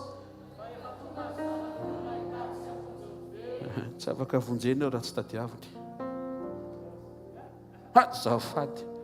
Karaha ianao zany hijanona amin'ilay mitady azy foana dia tsy vonjeny ianao, tsy maintsy mivadika ho isan'ilay tadiaviny ianao vao vonjeny. Ka androany arivotsika hihoatra an'ilay mitady an'Andriamanitra amin'ny zavatra ilainao. Midira ho mahatoky any amin'ilay toerana tsisy mahita. Any amin'ilay ianao rery ohatrany tsisy matsiaro. Ohatrany ity verangamba ametrahana. Ka tsy fantatra zareo ny compétensako e. Ka tsy fantany angamba potentiel en moi. Tsy fantany anga hoe iza, tsy fantany. Sady tsy rarahany. Miletra tsara zay fanondromana. Aza miankina amin'izay. Rassureo tsara fa nisy nanankina. Misy maso mijery eo mitaratra hoe amin'izao andro farany efa manoko totoa izao ny rehetra. Misy zanako ve afaka ny atoky amin'izay mbetiny mba napetraka teo an-tanany fa raha eto izay zanan'izay hijoro Andriamanitra hitady ianao naiza misy anao. Ka androany tsika tsy fampitsodrany hoe rahalahy sy nanabavy tadiavin'ny tompo ianao dia manao amenina fotsiny eo fa izy ianao no tadiaviny matoky. Ka raha matoky ianao manarika eto tsy mila miteny akory ianao hoe za tadiavin'ny tompo, tsy mila miteny za velao andeha ny fotoana dia ho hitan'ny olona eny tadiaviny ianao wa velao andeha ny fotoana e. Tadio tsara fa raha vao manomboka tadiavin'Andriamanitra Hosea 4:7-5 naran Jesosy. Ary rehefa afaka zany dia hiverina ny zanak'Israely hitady an'i Jehovah Andriamanitra dia hitady an'i Davida. Azonareo izay ve? Rehefa Andriamanitra mijoro mitady ianao fa fidèle ianao dia manomboka ho tadiavin'ny olona amin'izay ianao. Fa ny zava-dehibe aloha dia izao, ny zanak'olona aloha hitady sy hamonjy ny very. Mitady aloha izy vao mamonjy. Izay tadiaviny no vonjeny. Ataovy mahazo toky Andriamanitra fa isan'ilay tadiaviny ianao alohan'ny higadona amin'ny farany taona sy alohan'ny epitana amin'ny taona vaovao. Mijoro mahatoky. Aoka ianao hatoky amin'izay an'ny olona. Ataovy ohatrany ianao na dia tsy anao aza. Raha sofery ianao manatrika eto, ataovy tena rehefa le misy lavaka eto ohatr'izao. Avy eo tabataba daholo ny olona. Tsy ireo olona ireo ny ame valim-pity ianao fa le Andriamanitra mahita fa manaja ny fananan'ny hafa ianao. Mety sofera voatonoko fa ny asa rehetra dia voaresaka ao anatin'izay. Raha misy zavatra mba napetraka olona eny an-tananao, kolokoloy toy ny fanananao, matoky ianao. Raha misy kely eo an-tananao, matoky amin'izay kely izay. Matoky amin'ny kely indrindra. Mety misy mamona eo an-tananao, mamona tsy marina, misy vola. Matoky amin'iny vola iny, aseho amin'Andriamanitra fa tsy entiny vola ianao fa entin'Andriamanitra mifeny vola. Ka izay tonga eo an-tanao dia fantarao tsara daholo tokony makaiza daholo ireo. Aseho an'Andriamanitra zany fa ho tadiavina ianao. Ary za mahita fa hisafidy an'izay lalana tsara izay zasenao mba ho isan'ny olona hisitraka ilay fanotronana hitady ianao. Sy teraka mafitsara ho an-tompo. Ny ankabazan'ny olona dia mila an'Andriamanitra vao niherarintsika teoko. Ianao no ilaiko vao teo vao nihiritsika. Fa misy olombitsy Andriamanitra indray miteny hoe ianao no ilainy, ianao Andriamanitra indray lasa mihira ilay izy. Mety hiteny ianao tsy possible za pastera. Mamaky Baiboly e. Misy zavatra be dehibe anaty Baiboly ankoatran'ilay fantatsika ane. Le tsy fantatsika. Misy sekret mbola tsy vaky be dehibe anaty Baiboly. Ho sokafan'Andriamanitra sy avoaka no an'izay mazoto mametraka Baiboly ao an-dopandriana. Zany ve? Ny anahy pastera tena tonga dia teny frantsay, teny gasy, teny anglisy, samy misisika eo amin'ny ondanao. Marary atoko ianao rahalahy. indrindrindra le taloloha le somary matevitevina amin'ny foniny tsy ny fametrahana azy andompandrina no alalànao ny secret amin'ilay izy fa nokafanao n'ilay izy sy ny famakinao an'ilay izy. Mbola toiziko tsy ny fiainonao n'ilay izy sady mitondra fiara fa mifanokananao fotoana sy mifamononao fotoana anokana ny fotoany mihitsy mba homenao ho an'Andriamanitra. Ny antony raha samy mitondra fiara no anaty bus anao menao nino anaty bus ohatra anaty bus eny tsara mandeha zany dia alefanao ilay izy tamin'ny voalohany Andriamanitra nahary lanitra sy ny tany ary Andriamanitra nany osany sety ambafamambe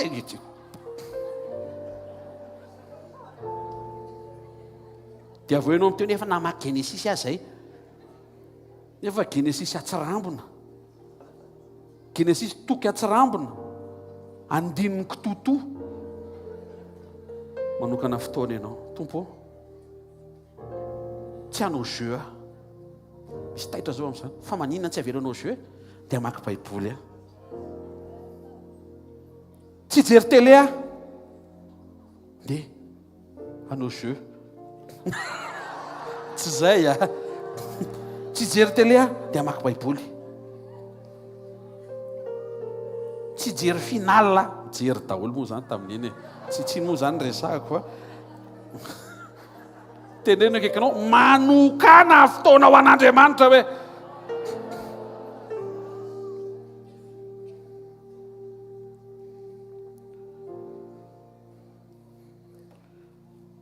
Matthieu 25:30 ny olona mila an'Andriamanitra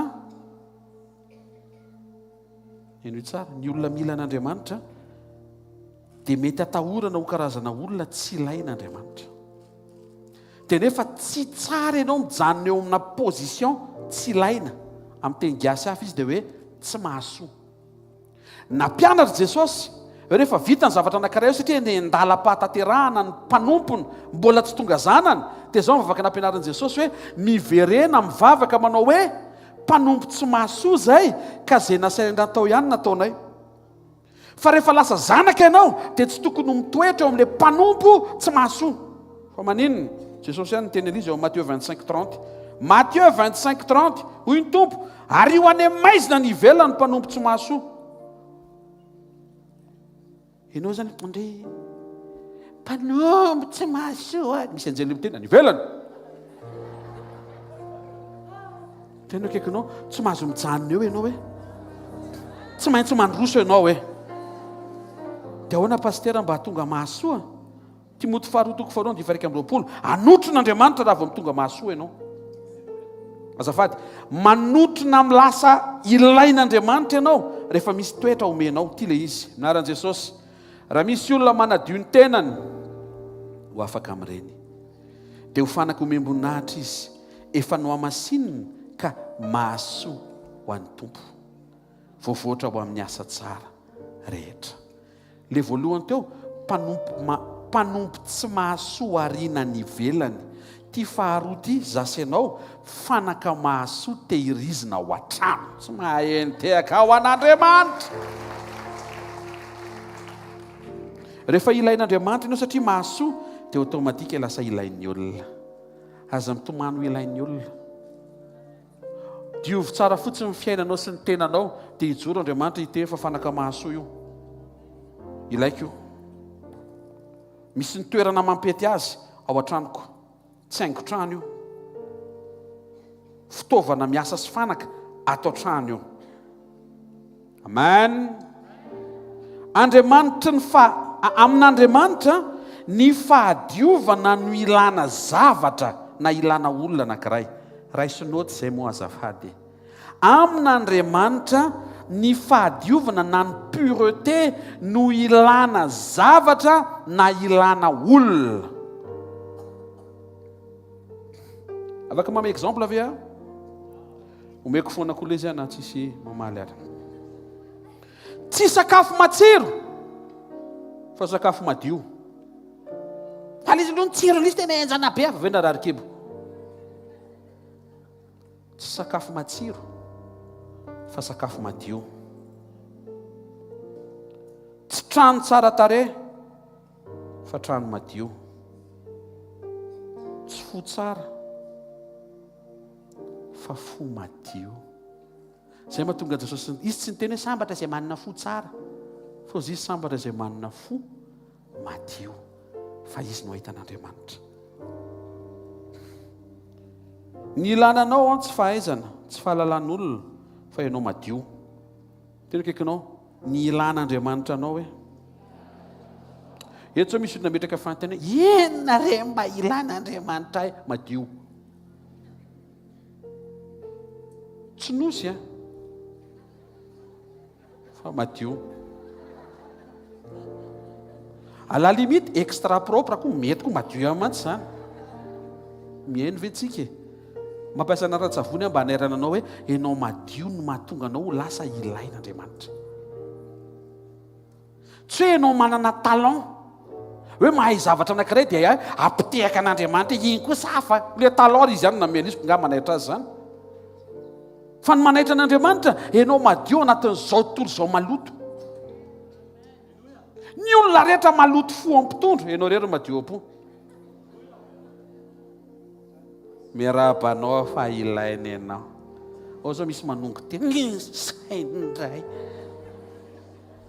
zay indray mihitsy ka tsy maintsy esorony izay zavatra efa tsy mampety anao anie zany e.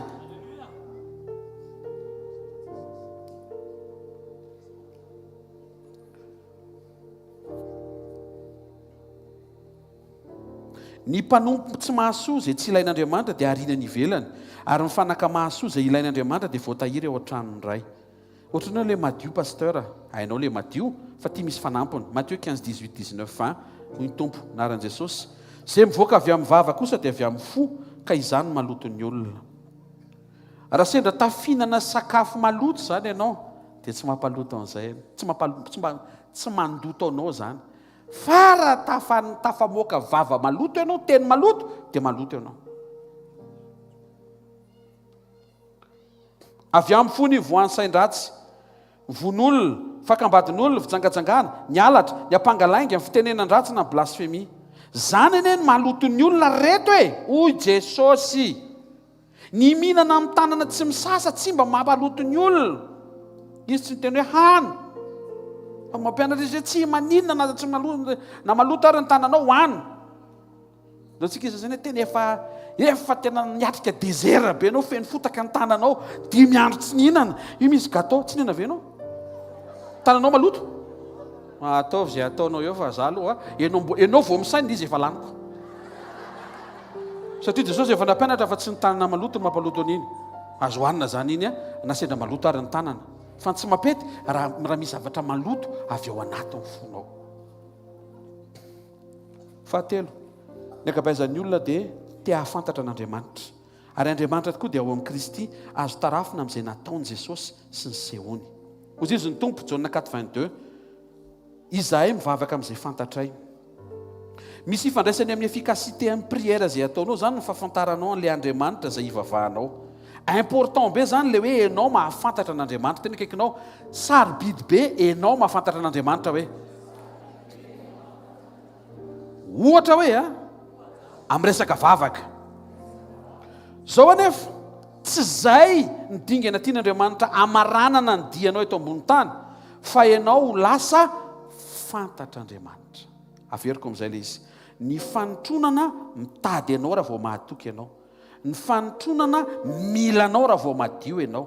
Ny fanotronana lasa mahafantatra anao raha vao manao ty zavatra ty ianao. Miaina an'ity toetra ty. Inona indray ary io toetra io e? Timoty 4:9 anaran'i Jesosy. Kanefa ny fanorenana mafy nataon'Andriamanitra dia miorina tsara sady mana zao tompo kase zao. Ny tompo mahalala ny azy, tonga dia fantatr'Andriamanitra ny karazan'olona miaina n'ity zavatra tenenin'ny Paoly ity. Oka ny olona rehetra izay manonona ny anaran'ny tompo hiala amin'ny ratsy. Raha vao hietsy zany ianao ny décidé, tsy miandra raha afaka pitsoalina. Résolution 2023. Ela loatra zany androany. Tsy fantatra ny izay trangaralina rehetra. Marina fa mamerina izay tiany averina ny tompo, mitahiry izay tiany tehirizina. Fa aloha tsy ankinina amin'izay. Aloha ankinina tahaka ny hoe androany sisa. Mba afahanao mijoro manome tsara indrindra ho an'Andriamanitra. Eto Baiboly miteny fa raha vao misafidy ianao hiala amin'ny ratsy. Tena kaikinao miala amin'ny ratsy. Tena kaikinao ohatran'ny hoe miala amin'ny asa hoe ohatr'izay. tenena izy ohatrany hoe miala amin'le trano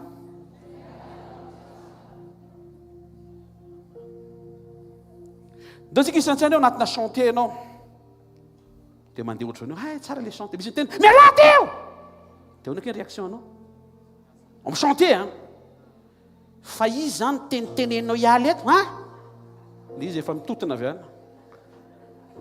toy izy le olona tsy zava iny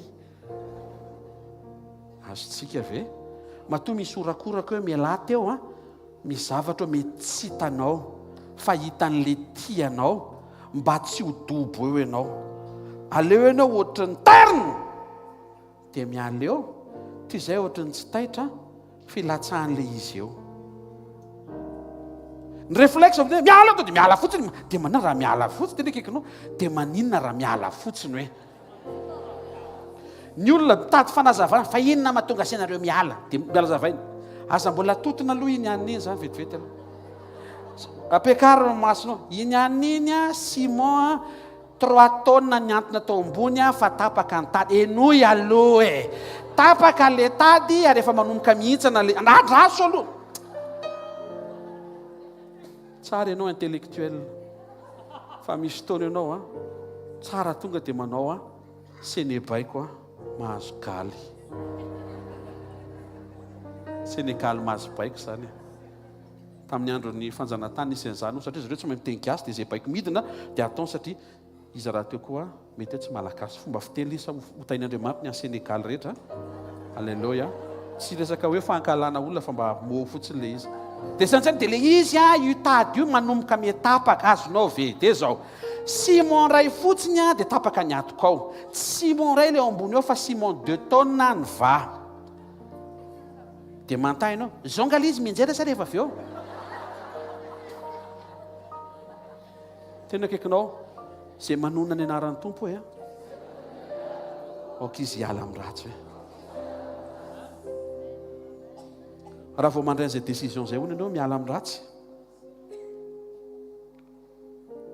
dia mitsangan'Andriamanitra miteny hoe fantatro izy fantatro zanakio akamakio namakio kifekio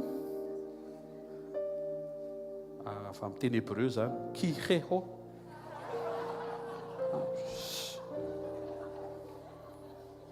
ny olona tsy fantatr'Andriamanitra dia asainy miala aminy zay teneny Jesosy matotoko fafito tsy fantatro nareo miala enoy amin'izay na ianao miala amin'ny ratsy na ianao miala amin'ny Jesosy Jesosy miteny miala amiko rehefa tsy hiala amin'ny ratsy dia miala amiko zany matotoko fafito tena kekinao na ho havanana na ho avy hoe tsy maintsy miala foana ianao fa na ianao miala amin'ny ratsy hoe na ianao miala amin'ny Jesosy hoe bonane any ianao zay tsy aloha misafidy miala amin'ny ratsy lizany hoe tsy any za tsy hiala aminao ohatra le olona iny za tsy hiala efa mianjera le izy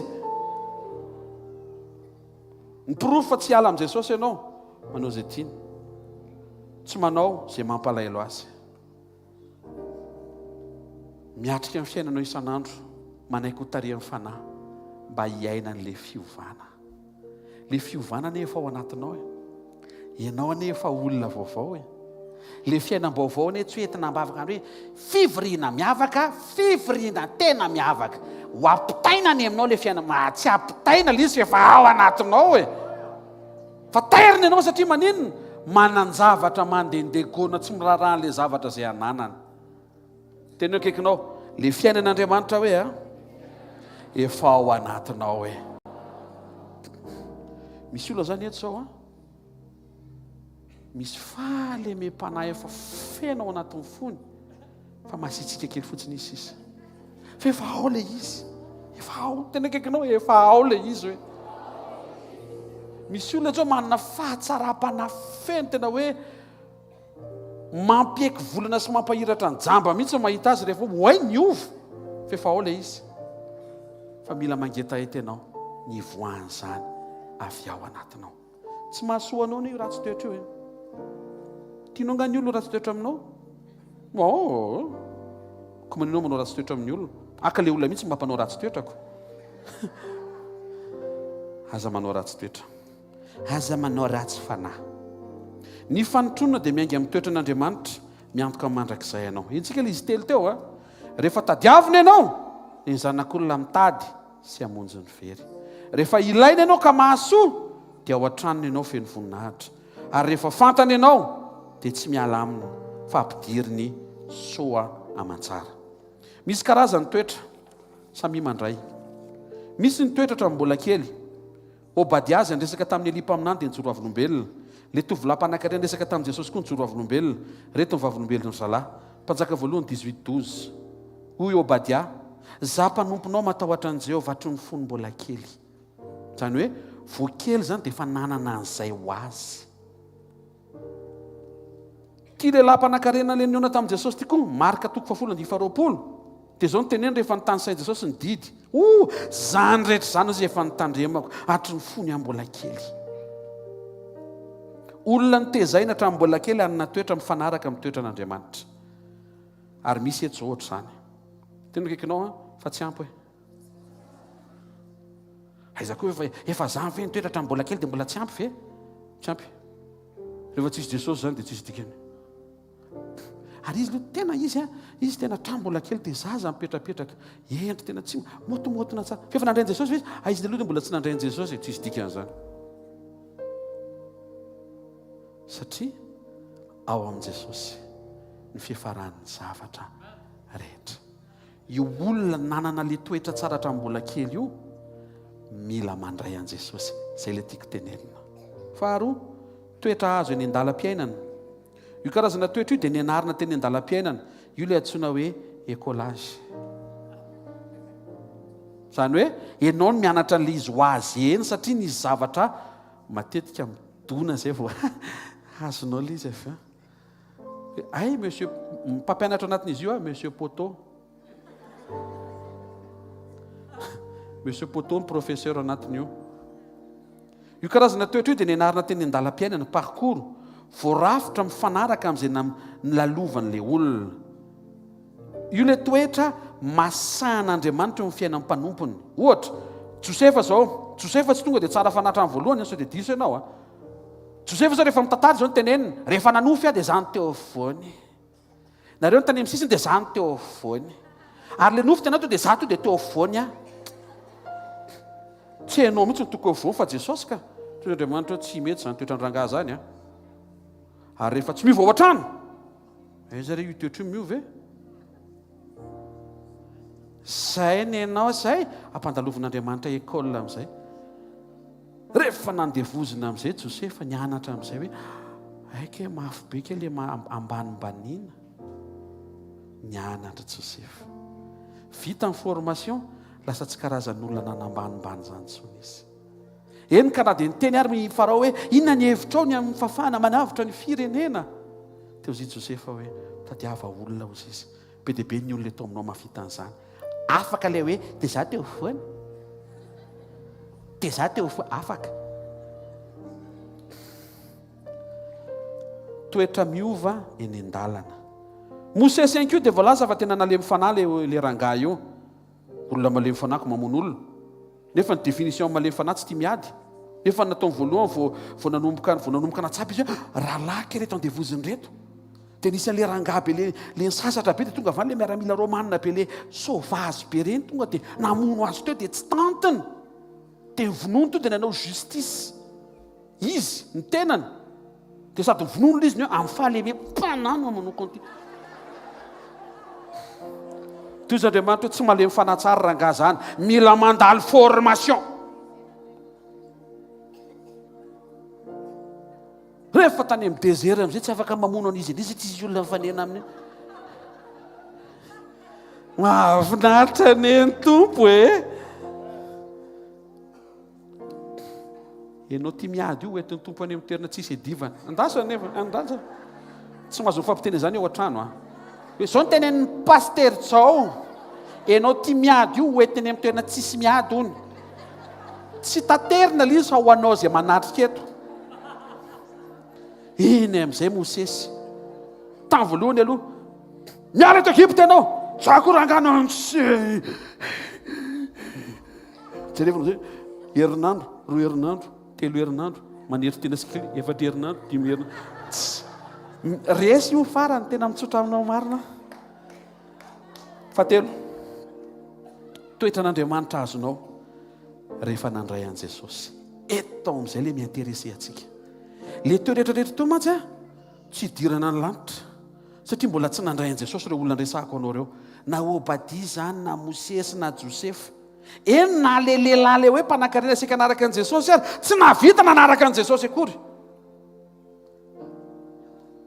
tsy toetra n'olombelona napetraka Andriamanitra ao anatinao fa ny toetra n'izy Andriamanitra no ao anatinao miaraka amin'ny fanatrehana vao mandray an' Jesosy ianao tonga dia misy toetra n'Andriamanitra disponible ao anatinao ary le izy tonga dia plein tsy vaintsy sa tsy rehefa makany amin'ny station anao kely vaintsy niakatra nga izao io esy vita fa niakatrako maka fotsiny dia tombavaka fa ny an'Andriamanitra vao nandray an' Jesosy ianao plein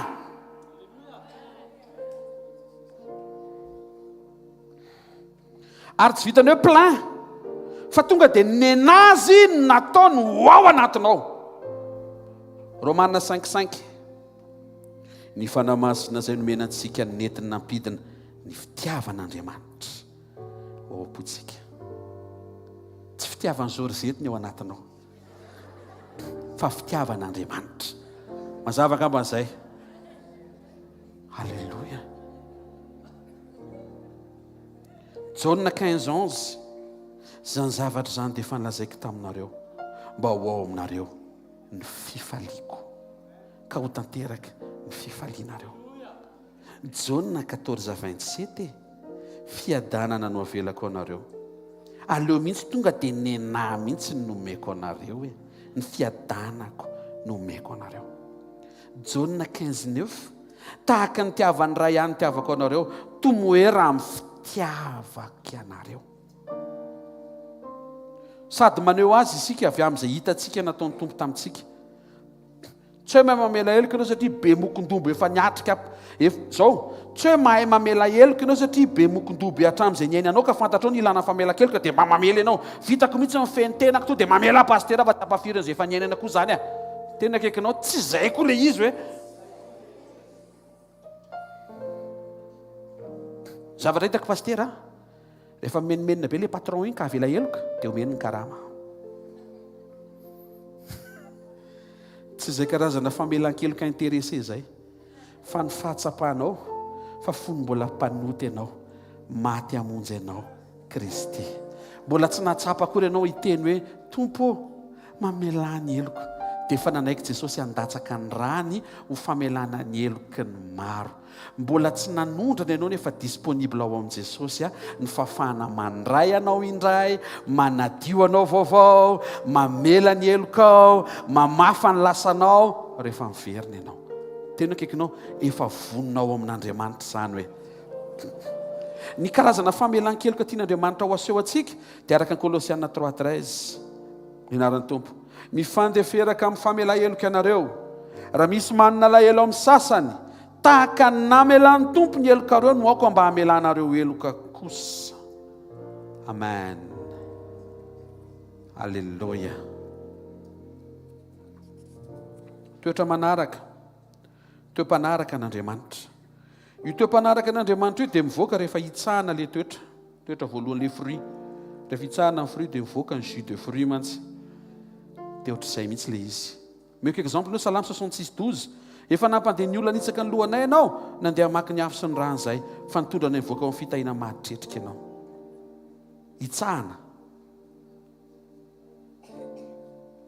mahasosotra le hitsahana marary toy ny tsy zaka fa mahasoa rehefa hitsahana io manomboka hita hoe efatrona tombany semelina andreny kiraro io manao découverte ianao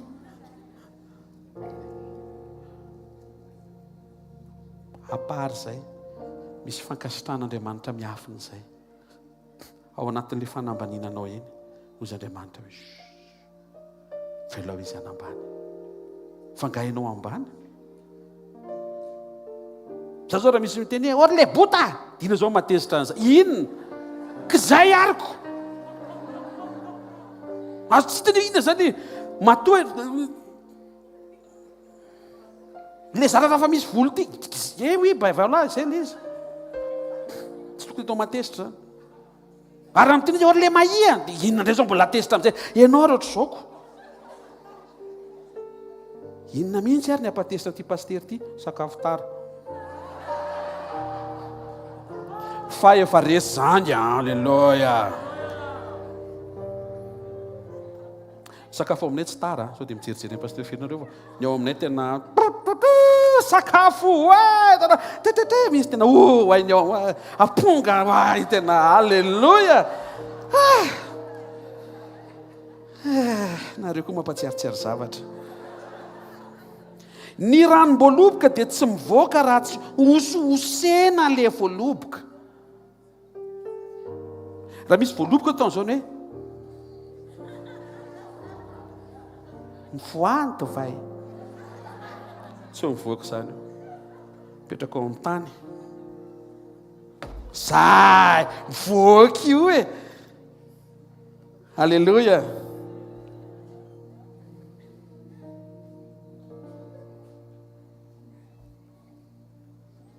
rehefa itsahana amin'ny fahalemem-panahy etreo zany rehefa sady malemy fanahy mbola itsahana dia mivoaka amin'ny fanetretena mety mbola tsy azonao zavatra isako za fa raisotsiny raha vao itsahana ianao anaty le ohatra mba manao ianao zany efa manao malemy fanahy dia mbola itsahana tonga dia mivadika fanetretena indray no mivoaka ao ambadika izay satria ny olona malemy fanahy rehefa antaniny dia navaly teniny mamaly malefaka izy fa arakaraka ny antsahanao azy maika izy maniry tena amin'izay mangina menara amiko jesosy fa za malemy fanahy sy manetry tena ampo rehefa hitsahana ny toetra finoana fahamarinana dia mamoaka fidelité fahatokina manaraka toetra n'Andriamanitra voasedra amin'ny fotoana sy fahoriana efa nandray an' Jesosy ianao feno an'ilay toetra ianao mamoaka an'ilay toetra ianao fa misy zavatra ataon'Andriamanitra miverimberina mba ho masaka ny ivoan'ilay izy avy eo anatin'ny fonao Romaina 5:3 Ankizy faly amin'ny fahoriana aza fantatsika fa ny fahoriana mahatonga faharetana ny faharetana mahatonga fahatsara-panahy vao zatoetra fahatsara-panahy vao zatoetra toetra n'Andriamanitra voasedra ary ny fahatsara-panahy vao zatoetra mahatonga fanantenana aiza koa ve pastera izy ane verimberina Romaina 5:3 izy mahatonga verimberina le eo ihany mihitsy no verina aiza koa ve zany dia mamela indray ve zany mamela indray verina ndraiky le izy mamela indray nefa raha n'izy efa namelana dia mbola tsy namerina azy izy lasa loha famelanao amen farany anatin'ity toetra ity Mika 7:18 naran Jesosy iza anao Andriamanitra tahaka anao tia famindrapo Joela 2:13 fa mamindra fosy miantra izy mahari-po sady be famindrapo Efesiana 2:4 fa Andriamanitra zay manan-karena famindrapo tia famindrapo be famindrapo manan-karena famindrapo zany mbola digina tian'Andriamanitra isy antsika koraza ary namako fa tsy haiko aiza anatin'ireo ianao fa andalo an'ireo tsika ary ny ao ambadika ireo nefa dia ny fifalian'Andriamanitra hanandratra anao hikarakara ny fiainanao ny tenareo marika dia zao aza mijanona ny hoe ty toerty efa nananako hatramin'ny mbola kely mila mandray an' Jesosy ianao ary mila miseho référence amin'izay nataon' Jesosy taminao mba ahafahanao mamoaka an'ilay toetra satria Jesosy nandefitra taminao dia ianao koa mandefitra amin'ny hafa fa tsy hoe ianao efa zoky hatramin'izay tao an-tranonareo dia za pastera efa zatra nandefitra foana hatramin'izay fa zay mety folomenada tsisy idiran'ilay folomenada mihitsiny ny fandeferan' Jesosy ny atonga anao andefitra ny atonga le fandeferanao ho raisin'Andriamanitra ohatra hoe tonga avanao dia tonga hoe ty misy certificat de résidence fa tampon any amenakavy nataoko teto ozy le ao tsy tampon nareo amenakavy ilaina fa tampon commune na tampon fokotany dia iny tampon fokotanina commune iny resahako hoe rehefa avy nandray an' Jesosy ianao tsy ratsy le ianao efa nandefitra hatramin'izay fa tsy ampy satria le méthode tokony iainanao an'izy manomboka amin'ny fotoana andraisanao an' Jesosy mihitsy ny tokony hoe ndry zahany Jesosy nandefitra tamiko hatramin'izay redevable tokony handefitra amin'ny olona rehetra manodidina sy izay mifanerasera amiko koa noho ny amin'izay nataony Jesosy. Amen. Farany ny fahatsapahantsika toetra, fahatsapahan-tena azafady resaka toetra, andeha ankengana kely dia hamarantsika dia mirava. Misy karazan'olona mora mahatsapa amin'ny fahadisoan'ny hafa, aingana manilika, izay le hoe maty fanahy, manamary-tena, miala andraikitra. Aoka tsy io izay intsony ianao raha sendra mbola izay. Mahatonga ty problème ty zany ianina, dia ianina sy ianina sy ianina ary ianina. Fianakavian zareo rangoro fototry ny afo, zareo mihitsy mahatonga an'io. Ny olona karazany faharoa indray mahatsapa hoe sorena izy amin'ny fahadisoana ataon'ny hafa, satria tsy fantana fa izy koa mbola manana an'izay fahadisoana izay. Matthieu 7:3, nahoana ianao mijery ny sombokazo eo amin'ny mason'ny rahalanao nefa ny pilier-kazo be eo amin'ny masonao tsy mba tsaroanao. Mahatsapa ho diso rehefa avy mitabataba kely nanao réaction. Dingana manaraka, fa misy zavatra mitranga, aingana mandiny tena amin'izay anjarany tena rehefa misy zavatra migadona. Tonga dia mitaratra ainganao amin'ny tena, aiza hoe anatin'ny teny misy anà par rapport an'io zavatra mitranga io, inona ny part de responsabilité, tsy ny raisiko, tokony ho raisiko. Tsangana ny tanan'izay maheno tsara azafady androany hoe mila miovitsika aloha figadona amin'ny farany taona sy dirana amin'ny taona vaovao mantsiny. Ny etapy manaraka, malahelo ny hafa ianao anaty fahadisoan'ny hafa. Fa mbola misaina ianao hoe raha tia izao miova miadana ny atao trano. Mbola izay. Fa ny etapy ultime tian'Andriamanitra isy antsika menakavy, ianao mahazaka amin'ny fahalemen'ny hafa amin'ny fo onena misaina famonjem-panahy amin'izay olona mety manao fahadisoana amin'ny fanena aminao, tsy noho ny amin'ny confort mpiainanao fa noho ny amin'ny hamonjen'Andriamanitra ny olona io rehefa tonga amin'ny farany. Tompo, raha ohatra izao faha-Kristina an'izao foana no tsy henany ianao, dia tsy henanao izy. Malahelo ny olona io aoka izy mba tsy ho kisitina intsony, dia mitsangan'Andriamanitra dia manao zavatra izy. Fo maraina ilay olona kisitina, tsy te ho kisitina intsony fa nanina raha kisitina foana hatramin'izay, manena miasa Andriamanitra. Dia tsy mila miteny ianao hoe zany eny tondram-bavaka anao niaritra 4 volana izay fa tena tonga dia potika ilay valim-bavaka. Tsy miteny, tsy mivolana, to dia mangina any mangingina misaotra Tompo fa nikasianao izy, misaotra fa raha mitsoka ny trompetra tsy miakatra rery fa miaraka izay menakavy. Tsisy namaly. Zay misy le makamo pasteur efa le manao ody tsisy mamaly le tsisy. Manazanao hitsangana ary.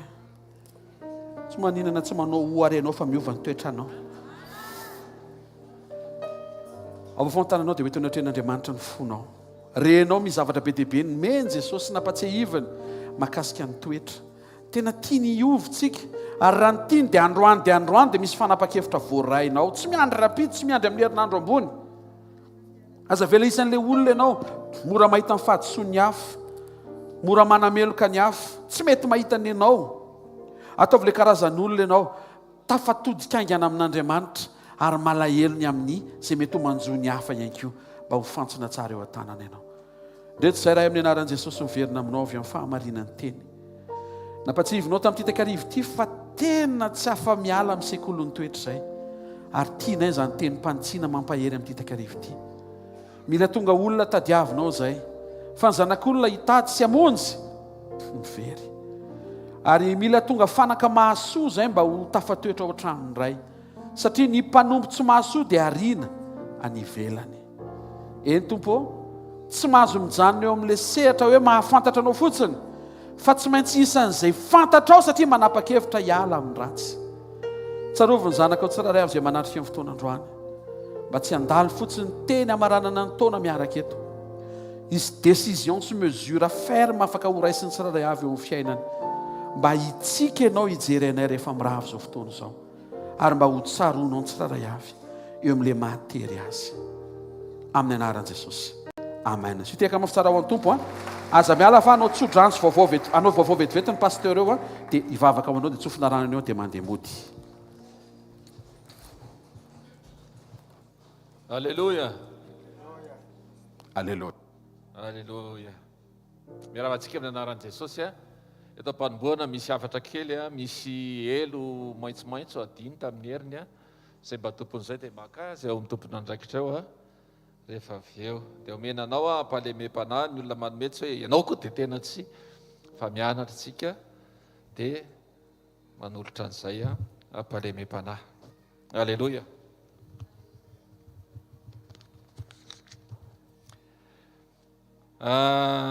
Rapitso a, rapitso farany. Alléluia. Mahazo mitehaka mafy be anao voninahitry ny Jesosy a. Alléluia. Rapitso tsika misy réveillon. Gaga be anao zao misy réveillon rapitso misy. Misy mila miomana tsika rapitso misy réveillon a. Fa alohan'ny réveillon aloha rapitso maraina. Rapitso maraina raika amin'ny 30 volana Desambra. Dia eto ny fotoanantsika fandraisana fanasany tompo eto amin'ny fito maraina, fotoana mpisaorana, fotoana rapitso araroty. Ozy izy ten'Andriamanitra hoe tsara ozy izy a, ny hafarany raharaha no ny Androany. Tsy fantatro izay ny Androanao tamin'ny 1er janvier ka hatraty, fa ny tena mahafinaritra dia izao a, tsara be ny fihafarany. Amen. Dia rapitso fotoanantsika eto rapitso maraina, dia mila miomana ara-panahy araka izany tsika. Dia rapitso hariva ara le réveillon a. Dia aiza indray mankany amin'ny taty Arsoa mividy billet ve. Réveillon antsika rapitso a dia en live. Alléluia. Efa misy eo ilay izy. Tsy mividy billet tsika 30 € le izy a. Fa tsy mividy tsika fa en direct le izy a. Misy azy a miaraka amin'ny pasteur Rodolphe Dafny arivo. Alléluia. Groupe Tanjona, Sharon, Sarah. Alléluia. Il en fait traiteur kay zany. Ie. Io Sharon Sarah io tsy maintsy tonga eto Madagasikara io a. Asainay manentana koa reo a ny mariage ny havanay. Alléluia. Dia 31 Desambra manomboka amin'ny 7 ora sasany. Isa-tokantrano zany tsika dia miomana amin'ny 7 ora sasany a. Réveillon a 13 bis route de Creil. Ho anareo izay mijery direct zany ka any Paris misy anareo na any a France na any a Europa dia mahazo miantso ny laharana 06 12 91 19 01 veriko indray a. 06 12 91 19 01 raha tsy mahita le toerana any a Paris. Alléluia. Dia ny ankoatran'izay a fotoanantsika verina indray tsika rehefa vita ny réveillon a amin'ny latsinainy a sekoly. Tsy any a Paris intsony fa etsy amin'ny Super U Analakely 2e étage a. Ny fotoanantsika raha amin'ny latsinainy, talata ary alarobia sekoly a.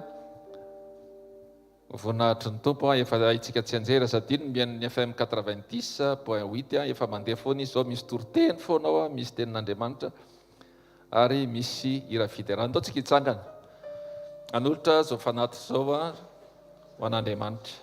Ainjiro aty anoloana ny tananao ary. Andriamanitra rainay amin'ny anaran'i Jesosy a. Misaotra anao zay tompony amin'ny mpanomponao zay nanaiky hitondra ny teny androany a. Makasitraka rainy amin'ny zavatra rehetra izay voarainay tsirairay avy. Dia tena ho tonga fiainana ho anay tokoa anie zany a. Dia misaotra ihany keo amin'ny fahafahanay tsirairay avy manolotra fahafolo-karena ny sakrifisy ny fanatitra. Inonay fa sitraka ao zany tompo satria atolotray amin'ny fonay. Dia misaotra ray amin'ny anaran'i Jesosy. Amen. Ndao tsika hitehaka mafy a. Voninahitr'Andriamanitra.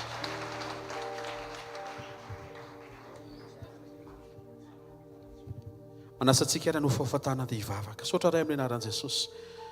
Ny amin'ny fotoana nafana miverina eo fahamarinan'ny sekolim-piainana, tianao a hiverenanay sy hirosoanay a ary hifotoranay. Saotra ny amin'ny famindraponao ny tahiranay mandraka androany a, nafana mbola nandrely marina. Fa ny marina no manafaka anay tsy ho andevo. Vavaka ho an'ny tsiraray avy izay inoko fa avy amin'ny teny fiainana nomenao, dia teraka ao anatin'ny fony tsiraray avy indray ny etaeta ny androso. Amindroso amin'ny dingam-pahataterahana tsaratsara kokoa miaraka aminao, mba ho isan'ny olona ankasitrahanao izay amin'izao farany taona izao sy amin'ny taona ho avy eo. tsy ho isan'ny olona ampalahelo anao, tsy karazan'olona hiverimberina amina fahotana efa ny bebahana na fahazaran-dratsy efa noresena.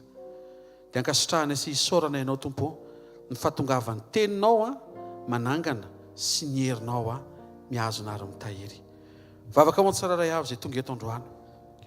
Raha misy marary Jesosy dia fantatray loatra, fantatro loatra. Fa rehefa ao anatin'ny fon'ny olona ny hetaheta hiova, dia votsoranao ny fahasalamana tokony ho azy. Satria fantatrao fa raha ny tombonandro hery sy tanjaka, fahasalamana ho an'olona anankiray ianao, dia satria hoentiny hanao ny sitraponao zany. Manonona fanasitrahana amin'izay aretina mety manjo amin'ny fiainanao amin'ny anaran'i Jesosy. Na aretina am-po na aretina ao amin'ny aina. Mety ho ratra zany, na ratra-panahy na ratra avy amina lasa, na misy zavatra be dia be mifamaofao mitondra confusion tao anatinao. Tononona ny fanasitrahana amin'ny anaran'i Jesosy. Fanasitrahana eo amin'ny vatantsika tsirairay avy hatrany an-tapidokatra ny Paladie. Amin'izay voatonona sy izay mety tsy ho voatonona. Tononona amin'ny anaran'i Jesosy. Fa mendrika ho an'ny olona vonina hiova ny fahasalamana sy ny hery sy tanjaka. Raha amin'ny anaran'i Jesosy tsaroviny tsirairay avy ihany koa. Ny ankizy izay hiatrika fianarana ao aorianan'izao pause vacances zao. Ao ihany koa ny mbola mitady fianarana. Ao ny mety tsy afaka manohy fianarana. Ianao atsiaro sy hikarakara ny tsirairay avy. Tsarovy ihany koa ny asa mandrarahany nisa tokantrano. Na ny ray mpianakaviana, na ny reny mpianakaviana, na izay mety ho mpitondra tena manatrika eto. Zavela isy ho diso anjara anaty ray aza.